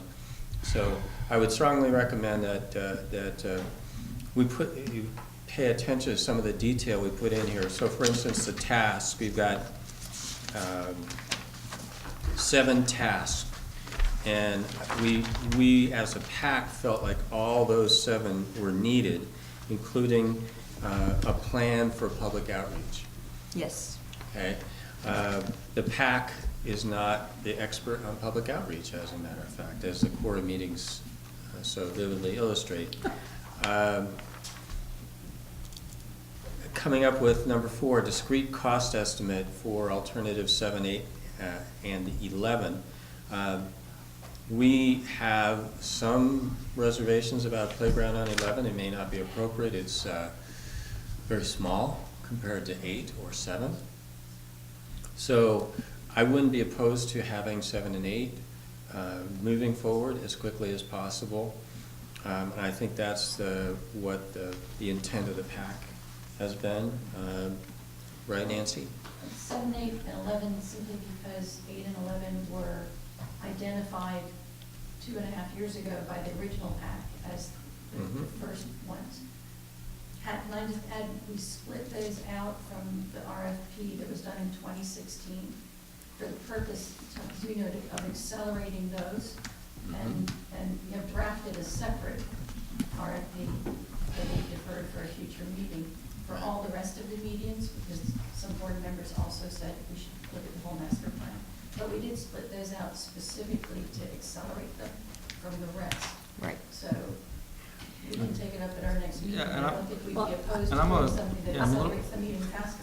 I'm a little confused here, because I think you just said what I was suggesting, correct? Mhm. Okay, well, so we're in agreement, so I think Yes. your group should work with K&K on those. I mentioned the broader plan just because I had a conversation. We're not looking at that at all. We're just No, we're talking about, I like that they're looking at 11, because I agree it's the gateway, so I wouldn't, I'm trying to, even though I wasn't on the old PAC, honor some of the pull-through from there, so 11 was always on that agenda, so if it's 7, 8, and 11, and 7 and 8 might have playgrounds, and 11 might become part of the burden square. yeah, I think it's just worthwhile March together. if the board agrees to get K&K in contact with these guys. and Absolutely, yeah. spend- Yeah. and And that was my only concern, is this being, It'll start the unlike process before like where you it's being want it to driven be. by 2 board members, this next phase can be driven by them, with whether there's a committee of 2 board members still on top of that.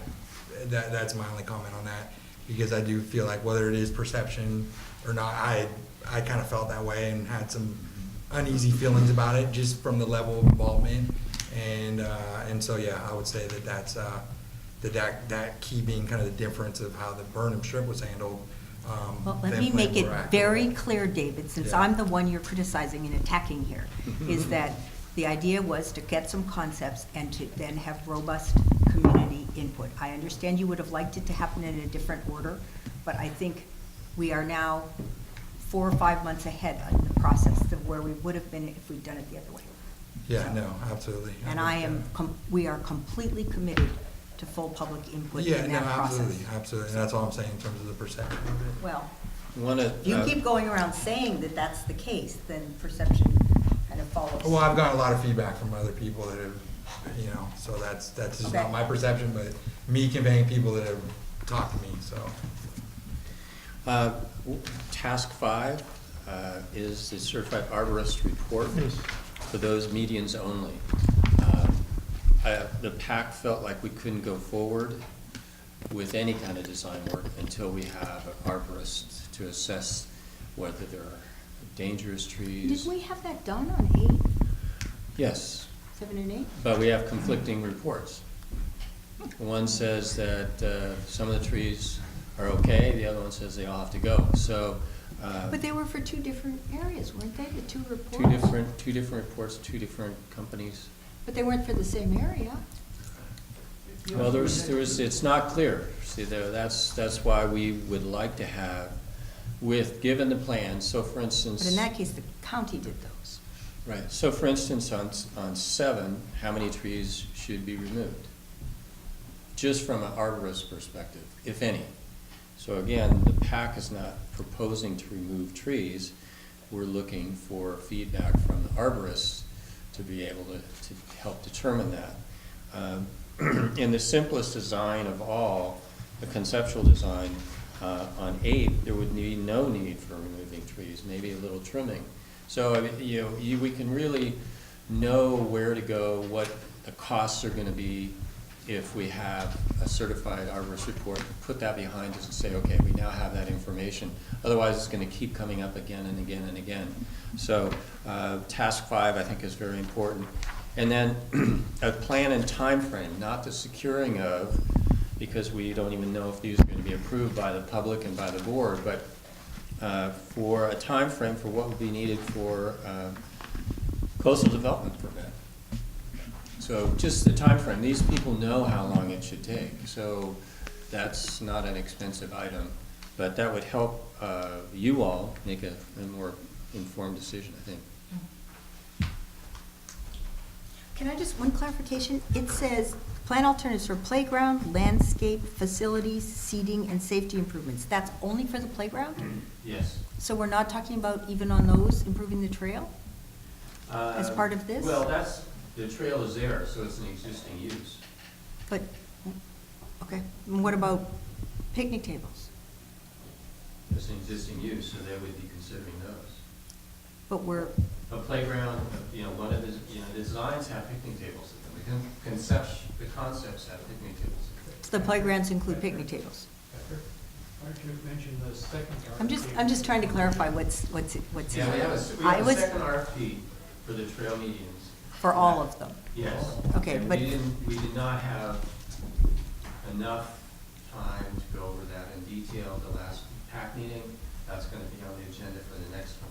So we wanted to just get started on the lowest hanging fruit in terms of feasibility. So these are just for playgrounds? Yes, that's the clarification, just for playgrounds. Okay. Yeah, no, I think, I think that's where when I went to their meeting and listened to their discussion, some of the need for the Parks Only meeting, I feel like one robust item is the tree management plan. I think everything from, if we are gonna be taking down trees because we need it, do we have a plan to replant X number of trees? Dale brought up a point, the same exact tree, one arborist is saying needs to be cut down immediately, safety issue, another arborist is saying it's fine.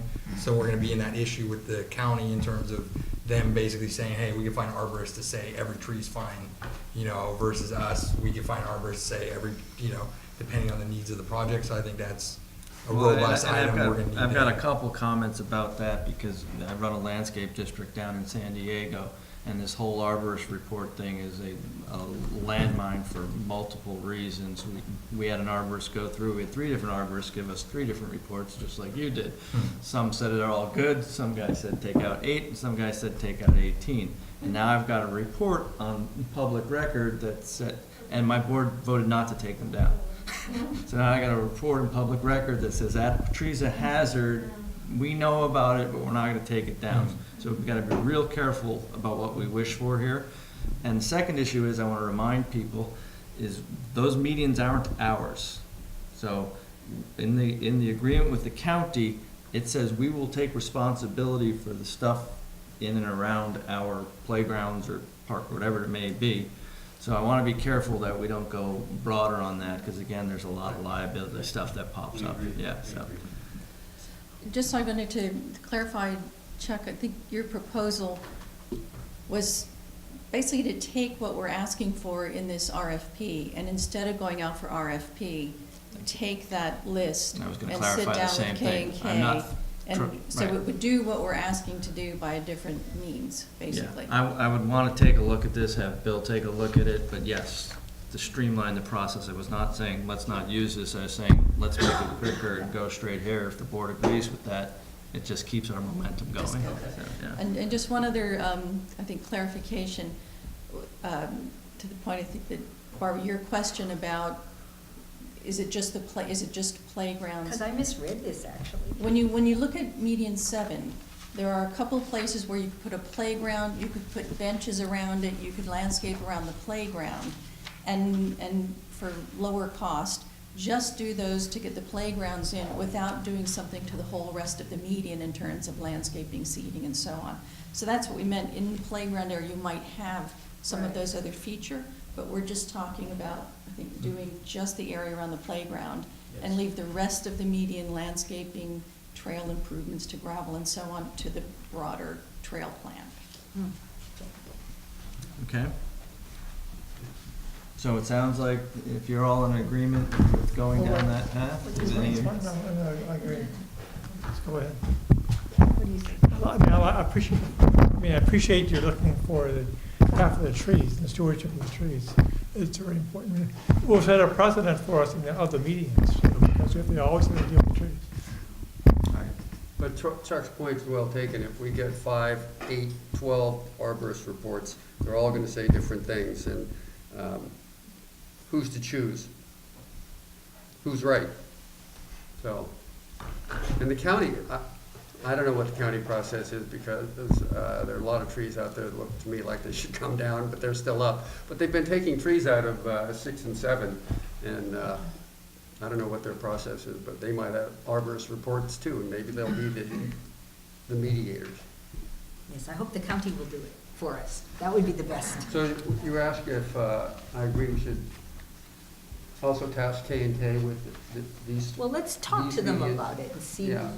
whether it's something that, you mean, why don't we have are you comfortable working with the subcommittee to meet with them? I mean, I wouldn't want to force the PAC committee to use them, but maybe we ask them to have an initial meeting and see if they feel like it's a useful next step. I don't know.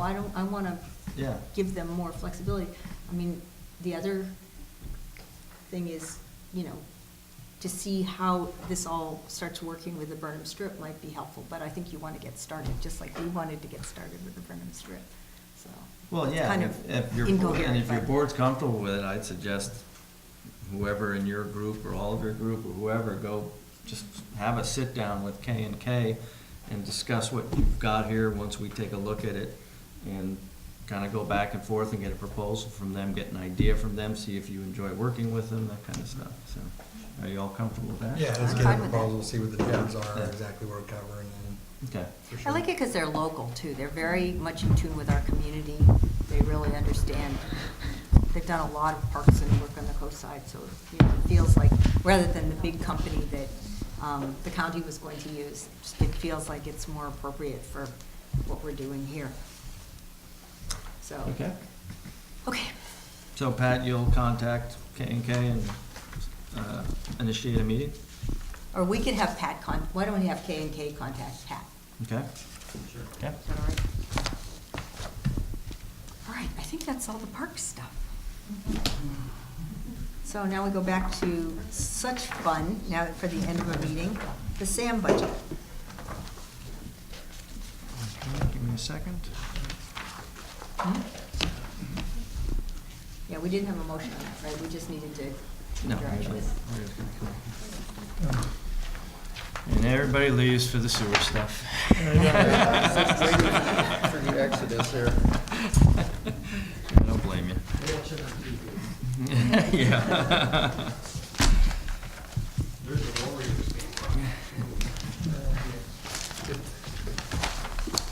Okay.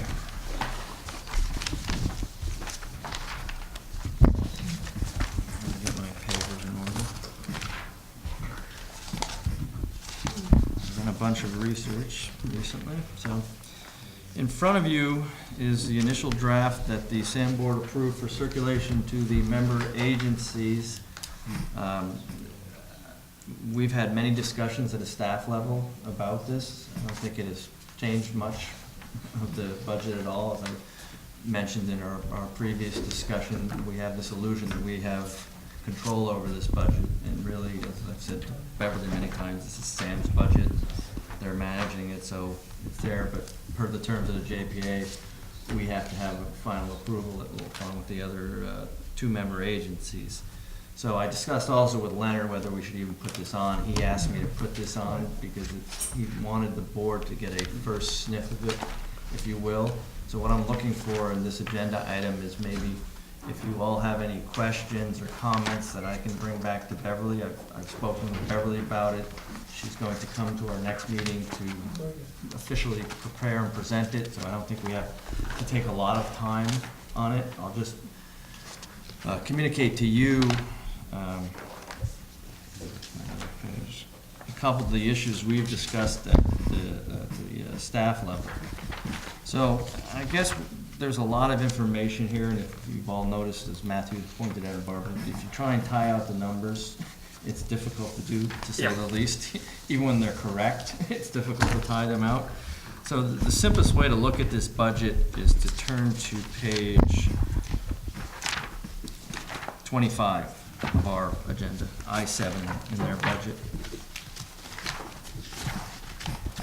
So broadly speaking, there's only a couple items Sam has control of. 23, All right, maybe it's 23 in here. because that's when I've got all my notes on. Administrative services? No, General- I'm not looking at general general budget, I'm budget. even You're going not. past that. General budget mashes everything together, and it's difficult to figure out what's in admin, what's in treatment, and what's Okay. not. So I kind of ignore that one, it doesn't Okay. really make any sense. So if you look at page 25, administrative services, you know, we have no control over certain things, basically. The big ticket items you're looking at, power and utilities is a big ticket item, it's $500,000. We have very little control over it. There's big motors there that take a lot of electricity. There's trash hauling for the sludge, that kind of stuff. What we really look at is probably three main items. It's wages of the staff there, it's professional services, and maybe equipment repair. So, you know, when you look at this administrative services budget, the wages have increased from 3 years ago, not in a substantial way, not insubstantially either. If you look at page 27, though, the wages for the treatment side, those have increased substantially. Basically, wage growth over the past 3 years, if you aggregate all of this stuff, has increased by 50%. So that's one of the drivers. Now, they've been staffing up over there. They've gone from, I think, kind of historically 14 people. I think they're up to 18 people now. So they've got 6 operators, 2 maintenance mechanics, 4 collections people, and 5 administrative people. So that's their current staffing level. So the SAM board has approved all that at the SAM level. So again, we have the solution that we're reviewing this. There's nothing we can do to control that. But that's kind of a broader comment, what we look at. If you go down to professional services and engineering services, and I'm going to take back what I just said, Barbara. Maybe it is easier to go to page 23 for this broader look. Well, that's what I put all my notes on. I know. When I was talking to you earlier. I get more, after we talk, I get into the details, so I went down there. Professional services, you can see, is $802,000. Historically, if you look back, it's been a big number.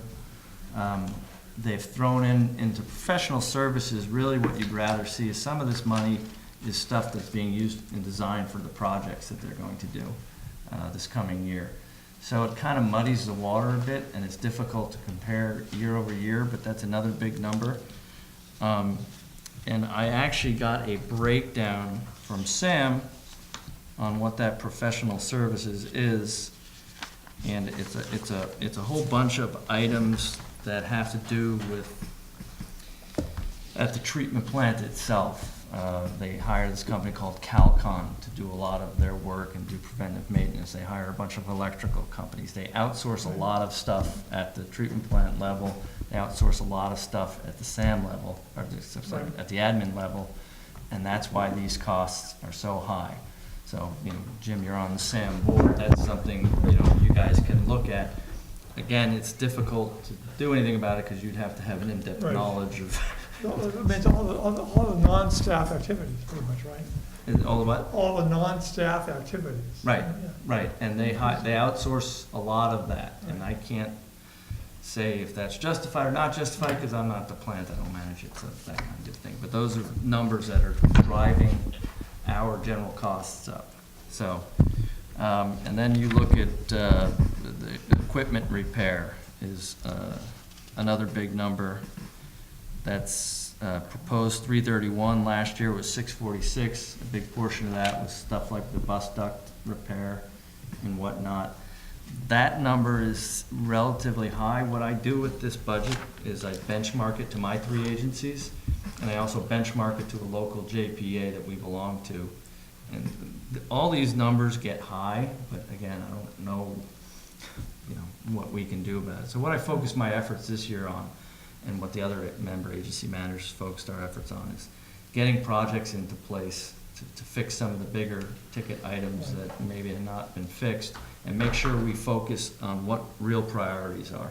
As I say, stop stuff that can, cause sewage to hit the ground. That's our number one priority, because that's what we're in the job to do, stop it from hitting the ground and clean it up once it gets there.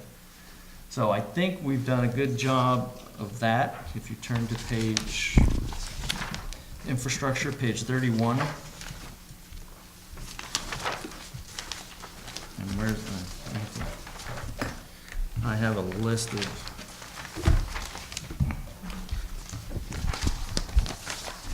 that's the infrastructure budget, and then page,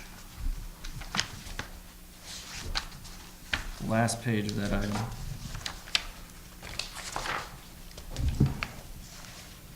Okay, I've lost my projects, I'm sorry.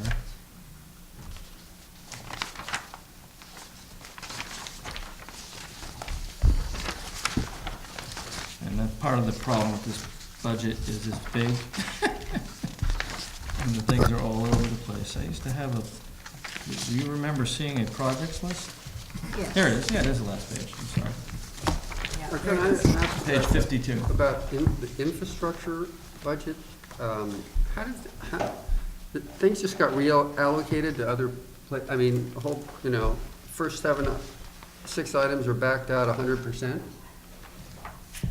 And that's why, if you try and tie the numbers out, it doesn't work, and you'll spend lots of time doing it, and I finally, But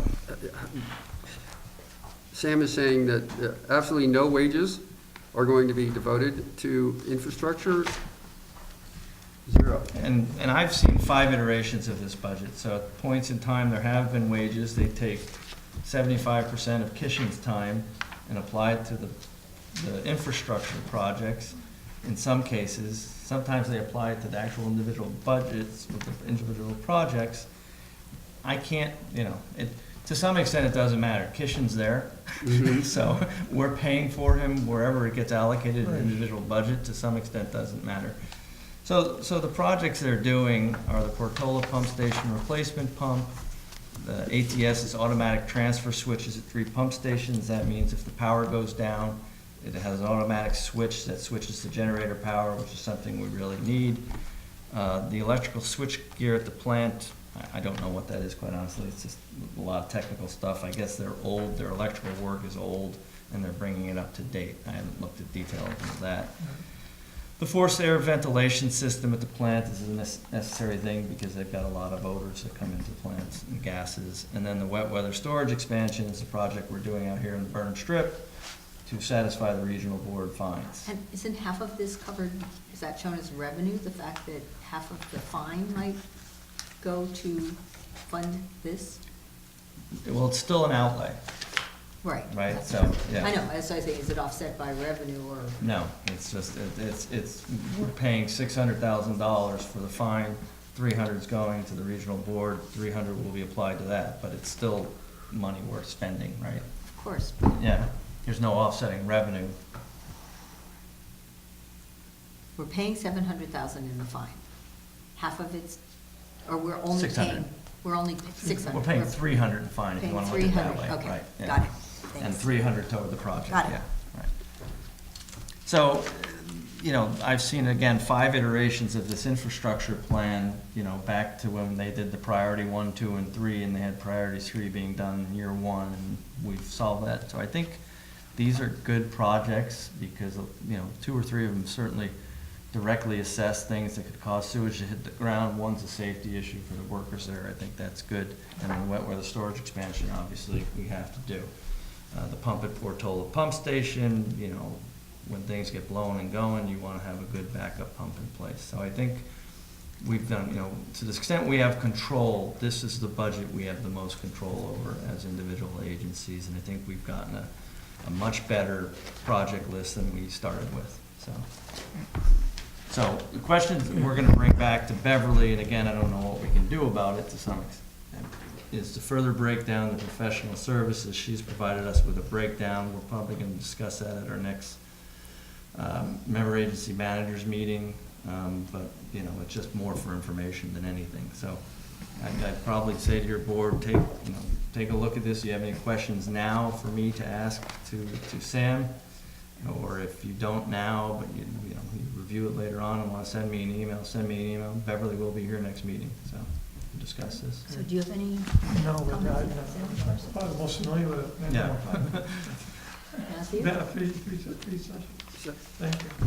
No, I'm totally Okay. mystified. Frankly, it's, you know, how the, like the one you just, the infrastructure budget is increased by a relatively small amount, 212,000. So all of these projects were already in the pipeline, right? And just some of them have been boosted. Well, I don't know, was the wet weather storage expansion? Was not. Was not. In the pipeline. Right, but, and it's 690,000, so how did this only increase 212? Well, but again, the infrastructure part is apples and oranges, right?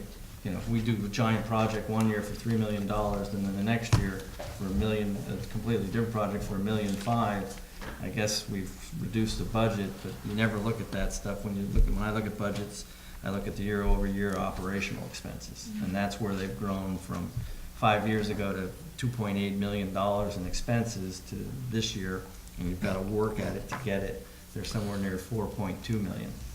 So, you know, there's been a general increase in O&M expenses, but, you know, I've said many times before, you know, you need a cost savings mentality to corral these costs at their level. We can't do it here, so. Well, if you look at page 15, which is the 14 and 15 are the manager comments.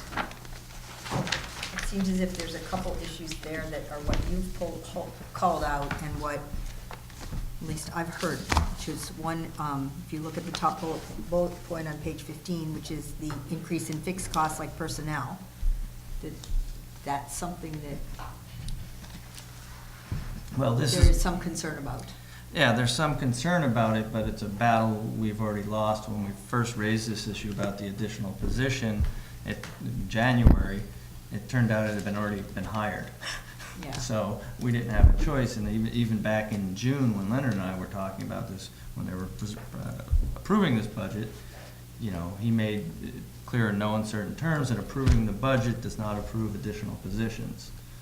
And we've got the additional positions anyway, so, you know, it's frustrating, and like I said, I don't necessarily agree with the staffing, but there's not a lot we can do about it, so. And are they gonna do the same thing and increase the reserves, even though the agencies don't think that's necessary? Well, and that's another question we're gonna be talking about at length as well. I can't figure out what they've got in reserves, I can't figure out what they'll have. It's a little skewed now that they found out that Clemens has not been paying his bill for 2 months, and that's, I don't know how much money. So, you know, when we discuss this, at the end of the day, whether they've got, our share of that would be $75,000. Whether they've got $75,000 of our money in their reserve or it's here, it's relatively immaterial. You know, everyone agrees on the need that, or that Sam needs reserves, so, you know, it's, we used to have an issue with it because we kept giving them money for projects and they didn't do the projects. And they were building up a war chest, and we've resolved that issue, you know, by only funding the projects now when they come along. So, you know, 6 of one, half a dozen the other, where the money sits, as far as I'm concerned. So, and we've got sufficient funds to fund that. And we've told Beverly, you know, we're certainly willing to provide, you know, a month payment in advance on an ongoing basis to help with cash flow and things like that, so. All right, what do you want from us? So we don't need anything from you. If you have any questions or comments that you want me to bring back, quite honestly, I'd be surprised if you had many questions I haven't asked, but, you know, certainly contact me. Anything else? Anyone? Okay. Based on your benchmarks, do you see anything that stood out as being, you know, a little bit fat versus maybe on the bone side in terms of thin? What? Very little thin. I'd say the staffing's high, David. Okay. You know, and they outsource a lot of the stuff. And normally I wouldn't care, but I look at our stuff. I don't even have a budget for professional services in my other districts. You know, we don't hire people like Calcon. If you've got 6 operators and 2 mechanics, they should be fixing a lot of things, because the actual running of a treatment plant, as I said many times before, it runs by itself 16 hours a day. So basically, when you walk in the door as an operator, you do 2 hours of reads and tests and things like that, and kind of check things out. And the rest of the time, you're fixing things or improving things and things like that. So, yes, it seems fat to me, but it's seemed fat to me for 10 years. So. Okay, anything else? All right, moving on. Well, let me ask, Chuck, do you think the comments that have been paraphrased here have any influence? No.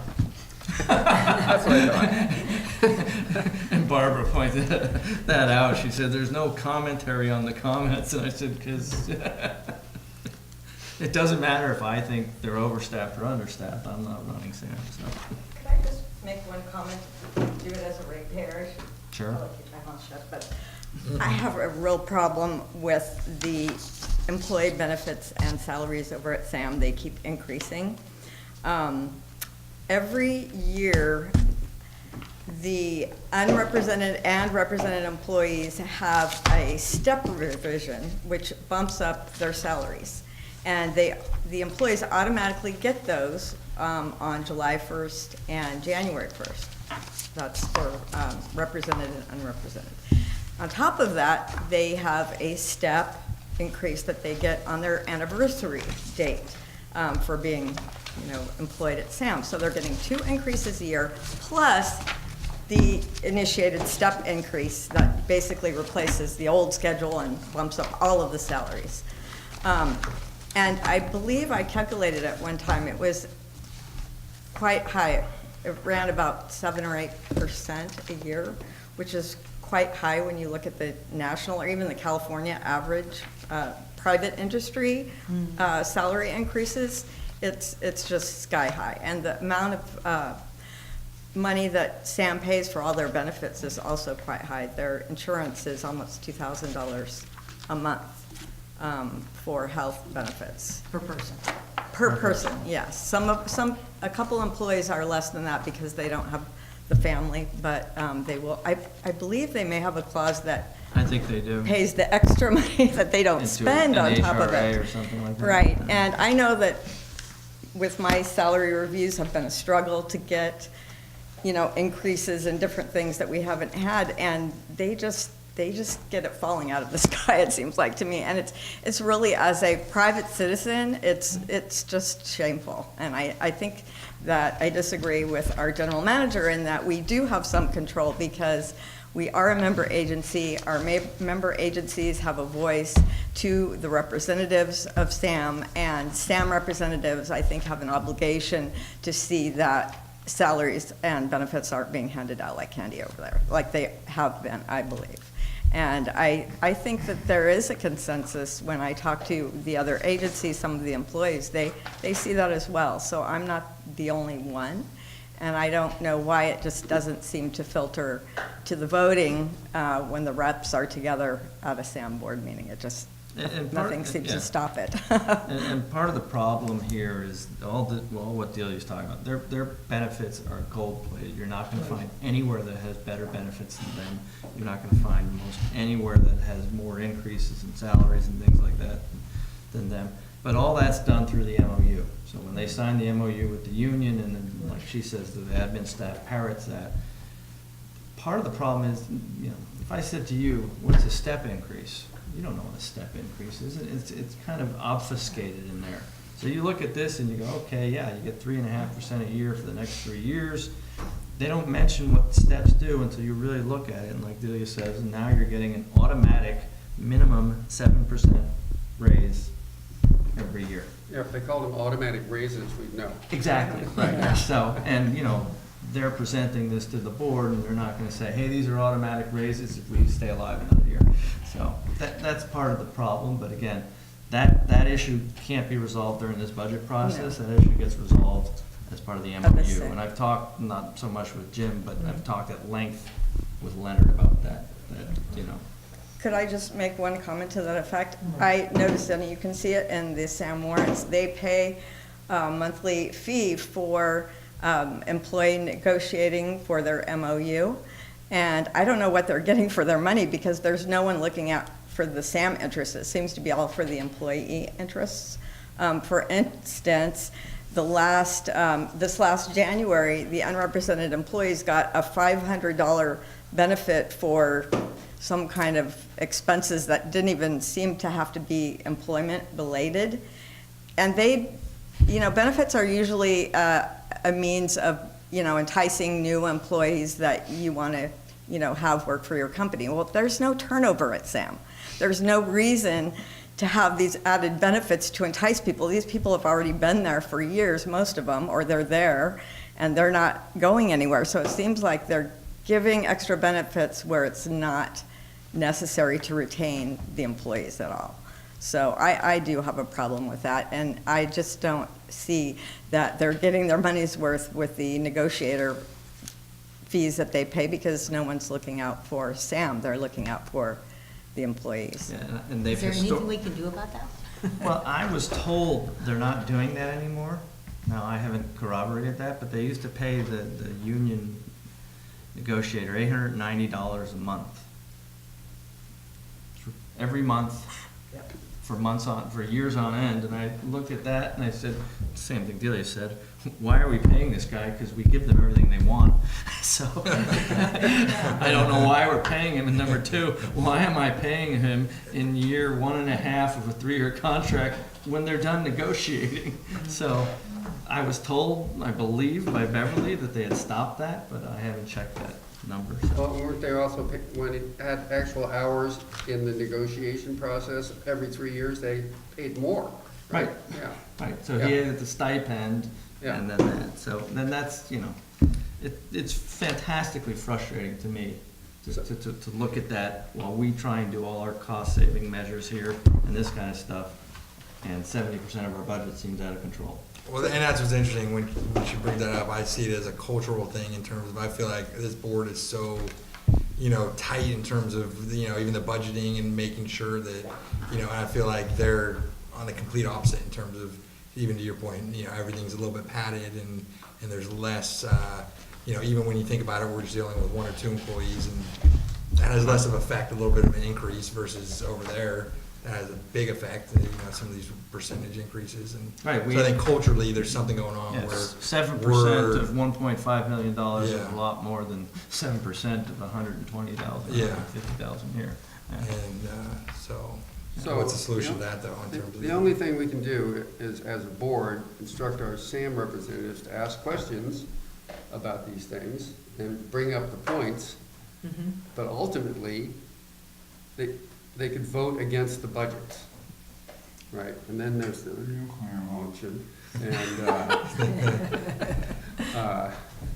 so, and, yeah, the JPA, that's not a viable option that gives you, because you can't say, okay, we're not happy, we're not paying, shut down SAM. That's not, that's not an option, right? So what can you do? You say, well, okay, we're gonna X these line items. Well, that's not approving the budget. And so, yeah, it's a It's a weird no-win setup. situation, because the only time you could win theoretically is at the time they sign the MOU. You can fight hard not to hand all that stuff out and actually get concessions. And if you look at the other stuff like professional services, first of all, you have to know enough to say those professional services are not needed. The SAM board doesn't know. I'm the only guy here who knows that. But then you cut that budget. Well, something breaks at the plant. Well, you cut our funding. So, even though it has nothing to do with it, so it's like I said, it's a frustrating position to say the least. So. Can I just make one last comment on a different thing? And this is interesting because we found this out today. SAM board approved changing the accounting system over at SAM, I think it was last year or the year before. It was quite expensive. It was about $150,000 system for replacing a system that didn't appear to be broken. The statements are they're formatted differently, but we're getting the same financial information off the new system, it appears. And less, because I can't tell. less, according to our general manager.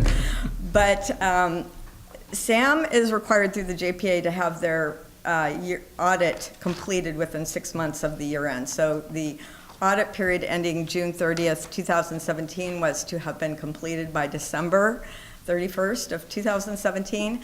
I have found out today that their audit will not be completed until June 30th of 2018, a whole year beyond the fiscal year end, and that is 6 months beyond what's allowable through the JPA, and the blame has been placed on the new payroll system, or the new accounting system.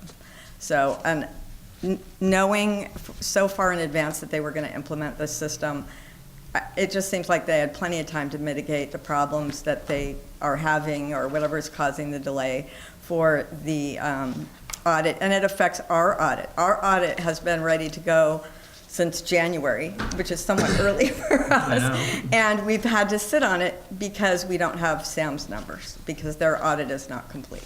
So that's extremely frustrating. And speaking of that, Sam used to outsource the accounting to Parsons Accounting, downtown Half Moon Bay. It cost us $35,000 a year. Since that time, we've gone from Parsons at $35,000 a year to hiring an accounting person who was moved up to administrative managers of that vast employee pool they've got there. They hired another full-time accounting person. And we're not getting the numbers. So we've gone from Parsons at $35,000 a year to whatever that cost is. $200,000 or $150,000, and we don't have the numbers. And $150,000 for the accounting system, where QuickBooks was working just fine. So, and again, this is another one of those. The accounting person walks in the door Monday morning, and I just go, "What are you doing for 40 hours?" I just don't know. I don't know. I've got one person who does all our accounting for all 4 districts, and it takes her 8 hours a week. Yeah. You can assume that Parsons had other customers, and they were doing it, right, for all those years at a much reduced rate while they did a whole bunch of other people's and agencies and et cetera. Yeah. Yeah. And that's where the creep comes, but you know, as I've said many times, the simple Sam becomes complicated quickly, seemingly. I All right, actually, well, just so you know, I asked our SAM rep why he thought the approval went through on the accounting system, and he said because that's what the general manager was familiar with. That was the program that so they were not fixing something. They were willing to spend the money to satisfy or to provide a program that their general manager was more familiar with, and I just felt that was not. From her previous job, yeah. and the accounting Yeah. manager was hired over from there too. And 2 personnel positions. Yes. One And and a it's, half. yeah, One and a it's half. just, I mean, someone with her salary should be able to adapt to any accounting system. You know, you have to look at the board because they're the ones that make that decision. I just don't understand how they can, you know, account for that to the ratepayers. It just doesn't seem right. So on the important thing, bringing up, they won't be done until end of June. Our response to that is that's unacceptable. It needs to be done. Well, I have to before confirm then. that because it was it said it will be done by June 30th. And your response is basically that's unacceptable because that Yeah, puts it's us in too unacceptable much. because, yeah, you're making us break the law. Yeah, Because we have to be done by June 30th. Yeah. I doubt anything will happen, but still, it's the principle. yeah, for Yeah. sure. You got 1.5 people, a new Absolutely. system, and you can't figure, it's accounting. Yeah. Yeah. You know, there are difficult problems to solve. This is not one of them, it's numbers. They are blaming part of it on their accountant's schedule, but, you know. Their What do you auditor mean schedule. they're- Oh, they're auditors. Yeah, yeah. Well, They're get audited. another auditor. Yeah, there's no excuses for this stuff, it's just I'm done. maddening. All right, That's a good anything point. else on that one? Yeah, I'll finish with, when I deal with that kind of stuff, I call up Jonathan, I say, I may beat you to retirement. I may not last a year, you're going till February. All right, so, nothing really to do. Nothing to do now. All right, item 7, the sewer authority report. So I guess from our reps. I can, in view of the time, I can go through this quickly. We had, at the last meeting, actually, we needed to have a job description for Beverly, the general manager. I mean, we were trying to do a performance review for her, but then it became obvious that we had no job description for her. So we drafted it, I mean, actually, it was Catherine and Deborah Penrose and myself had used job descriptions from other JPAs, and other sewer authorities. And so we took the best elements of those, and now we have a 3-page job description for Beverly. And we're also adding best practices, separate best practices for this in terms of when to notify the board, and how to actually do everything. So now we have that in place. And so the next activity actually would be to do the performance review of Beverly. Jim, they've had several general managers in the last 5 years. How did they hire people? Well, they had an ad. Well, they probably had ads, but they never had a job description. So we actually had used the ad. They used the Yeah, ad, but they yeah. didn't say, here's the job you're applying for, I guess read not. this. I guess not. No, we had to have one, because they hired an outside search firm to do it. But that's what I mean, the simple becomes complicated, they need you can't just do a review, now you need a job description. You know, what's my job description? General manager of the district, do what the heck you have to do to keep the district moving. I mean, it's like the collection system, don't let sewage hit the ground. They do have a manager's, one from 2002, by the way, but they had a job description for the manager, Sam. Huh. More folder roll. Anything else? That was when we had done the 20-year. Busy. Well, the budget has really been the main, the main discussion. We've also been talking about the collection services and perhaps Boom Bay, but that would be not much to get into. Oh, I was just gonna ask you to give a simple explanation of what's going on in there. I thought about it. Different, then well, they have it's- different No, rates. that's just cruel to ask, I guess, yeah. Well, I would have to go through and calculate the rates. Complicated. Yes, it's Yeah, not so- simple. Yeah, the collection, I'll give you the simple thing. I sent an email to Beverly saying, how are we doing the collection system? But now Half Moon Bay has a different method of being billed than we do. And she wrote back, no, it's the same. Okay, it's completely not, I don't think, but I don't know what to say to that, so. So we're gonna figure that out. For the next year, it won't affect us, so.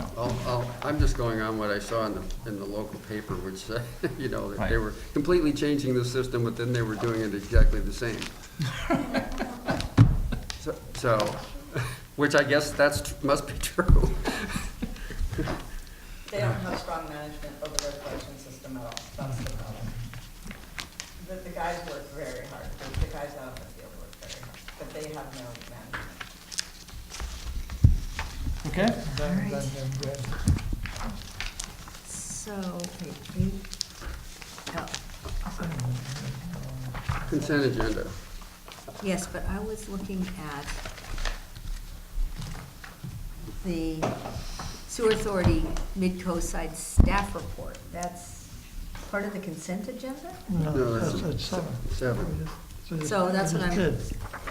So I Oh, just have that's some part of the questions same on way that. Page what? That's part Oh. of the manager's report. 88. Yeah, manager. That we provide as part of the SAM. So that's way at the end, it's not 8A, that's 8A from some other agenda? Right, that's from the SAM agenda, yeah. That's Same the agenda. Sam's March 26th agenda. Okay, so that's gonna come up later, No. okay. Take it right now. Or is it now? All Yeah, right, no, I'll talk it's about it the now. same. Yeah, yeah. Let me okay, I like this whole part, I know about the flare, keep asking why, what is the thing on the flare? The flare goes out, restart the flare, and then here it says, operations are good compared to previous months with the exception of the flare that is offline now. The original manufacturer of the flare has gone out of business, but we have been in contact with a person that works for the company that absorbed the original company.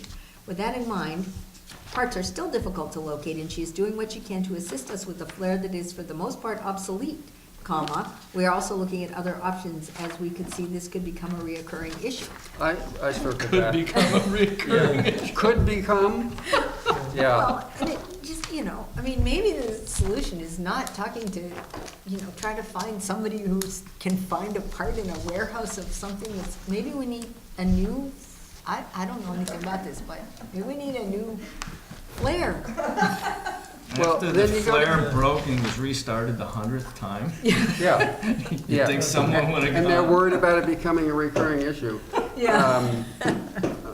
And if you look at the chronology underneath that, on 2/2/2018, Yeah, it's now out of service, and until we can get parts from the manufacturer. My understanding, this is methane that's generated by the plant, they have to get rid of it, so what are they doing with it now? Well, it's probably at the top of the anaerobic digester and it flares off and that's a good question.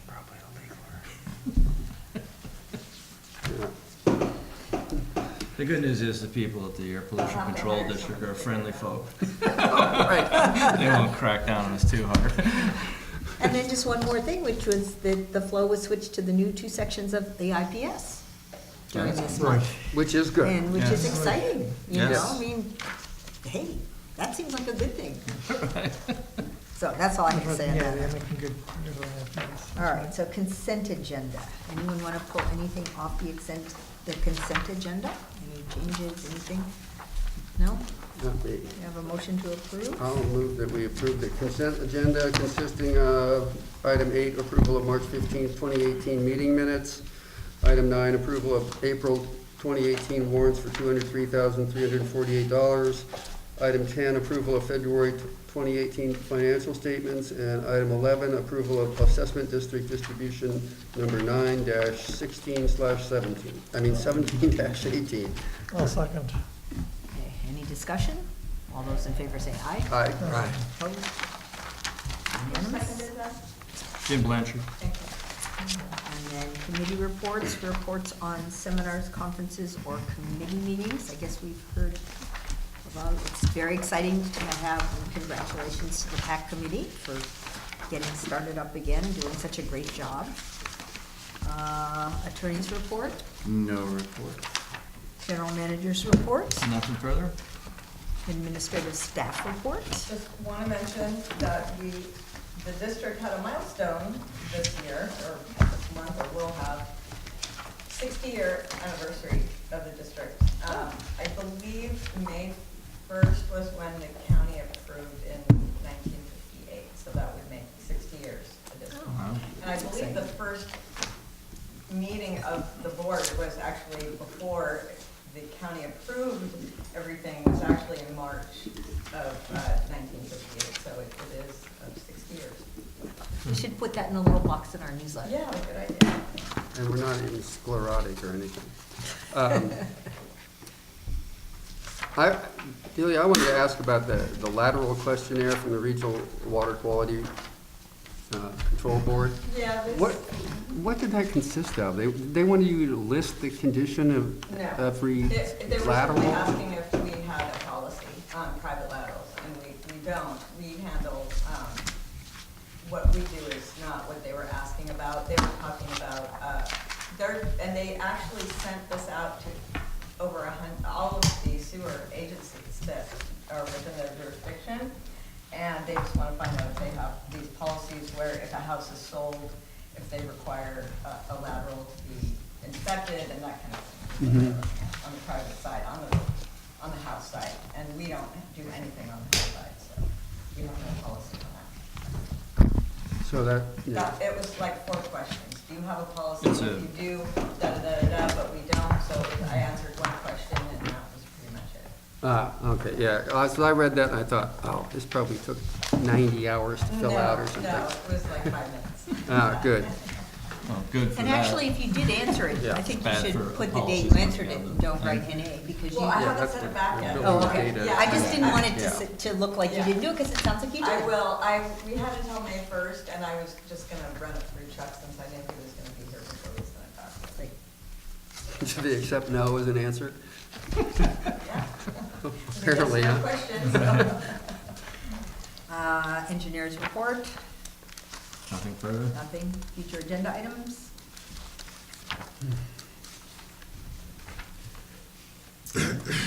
Adjourn this meeting. Anything further? Meeting adjourned. Thank you. Okay, so I have a bunch of thoughts here.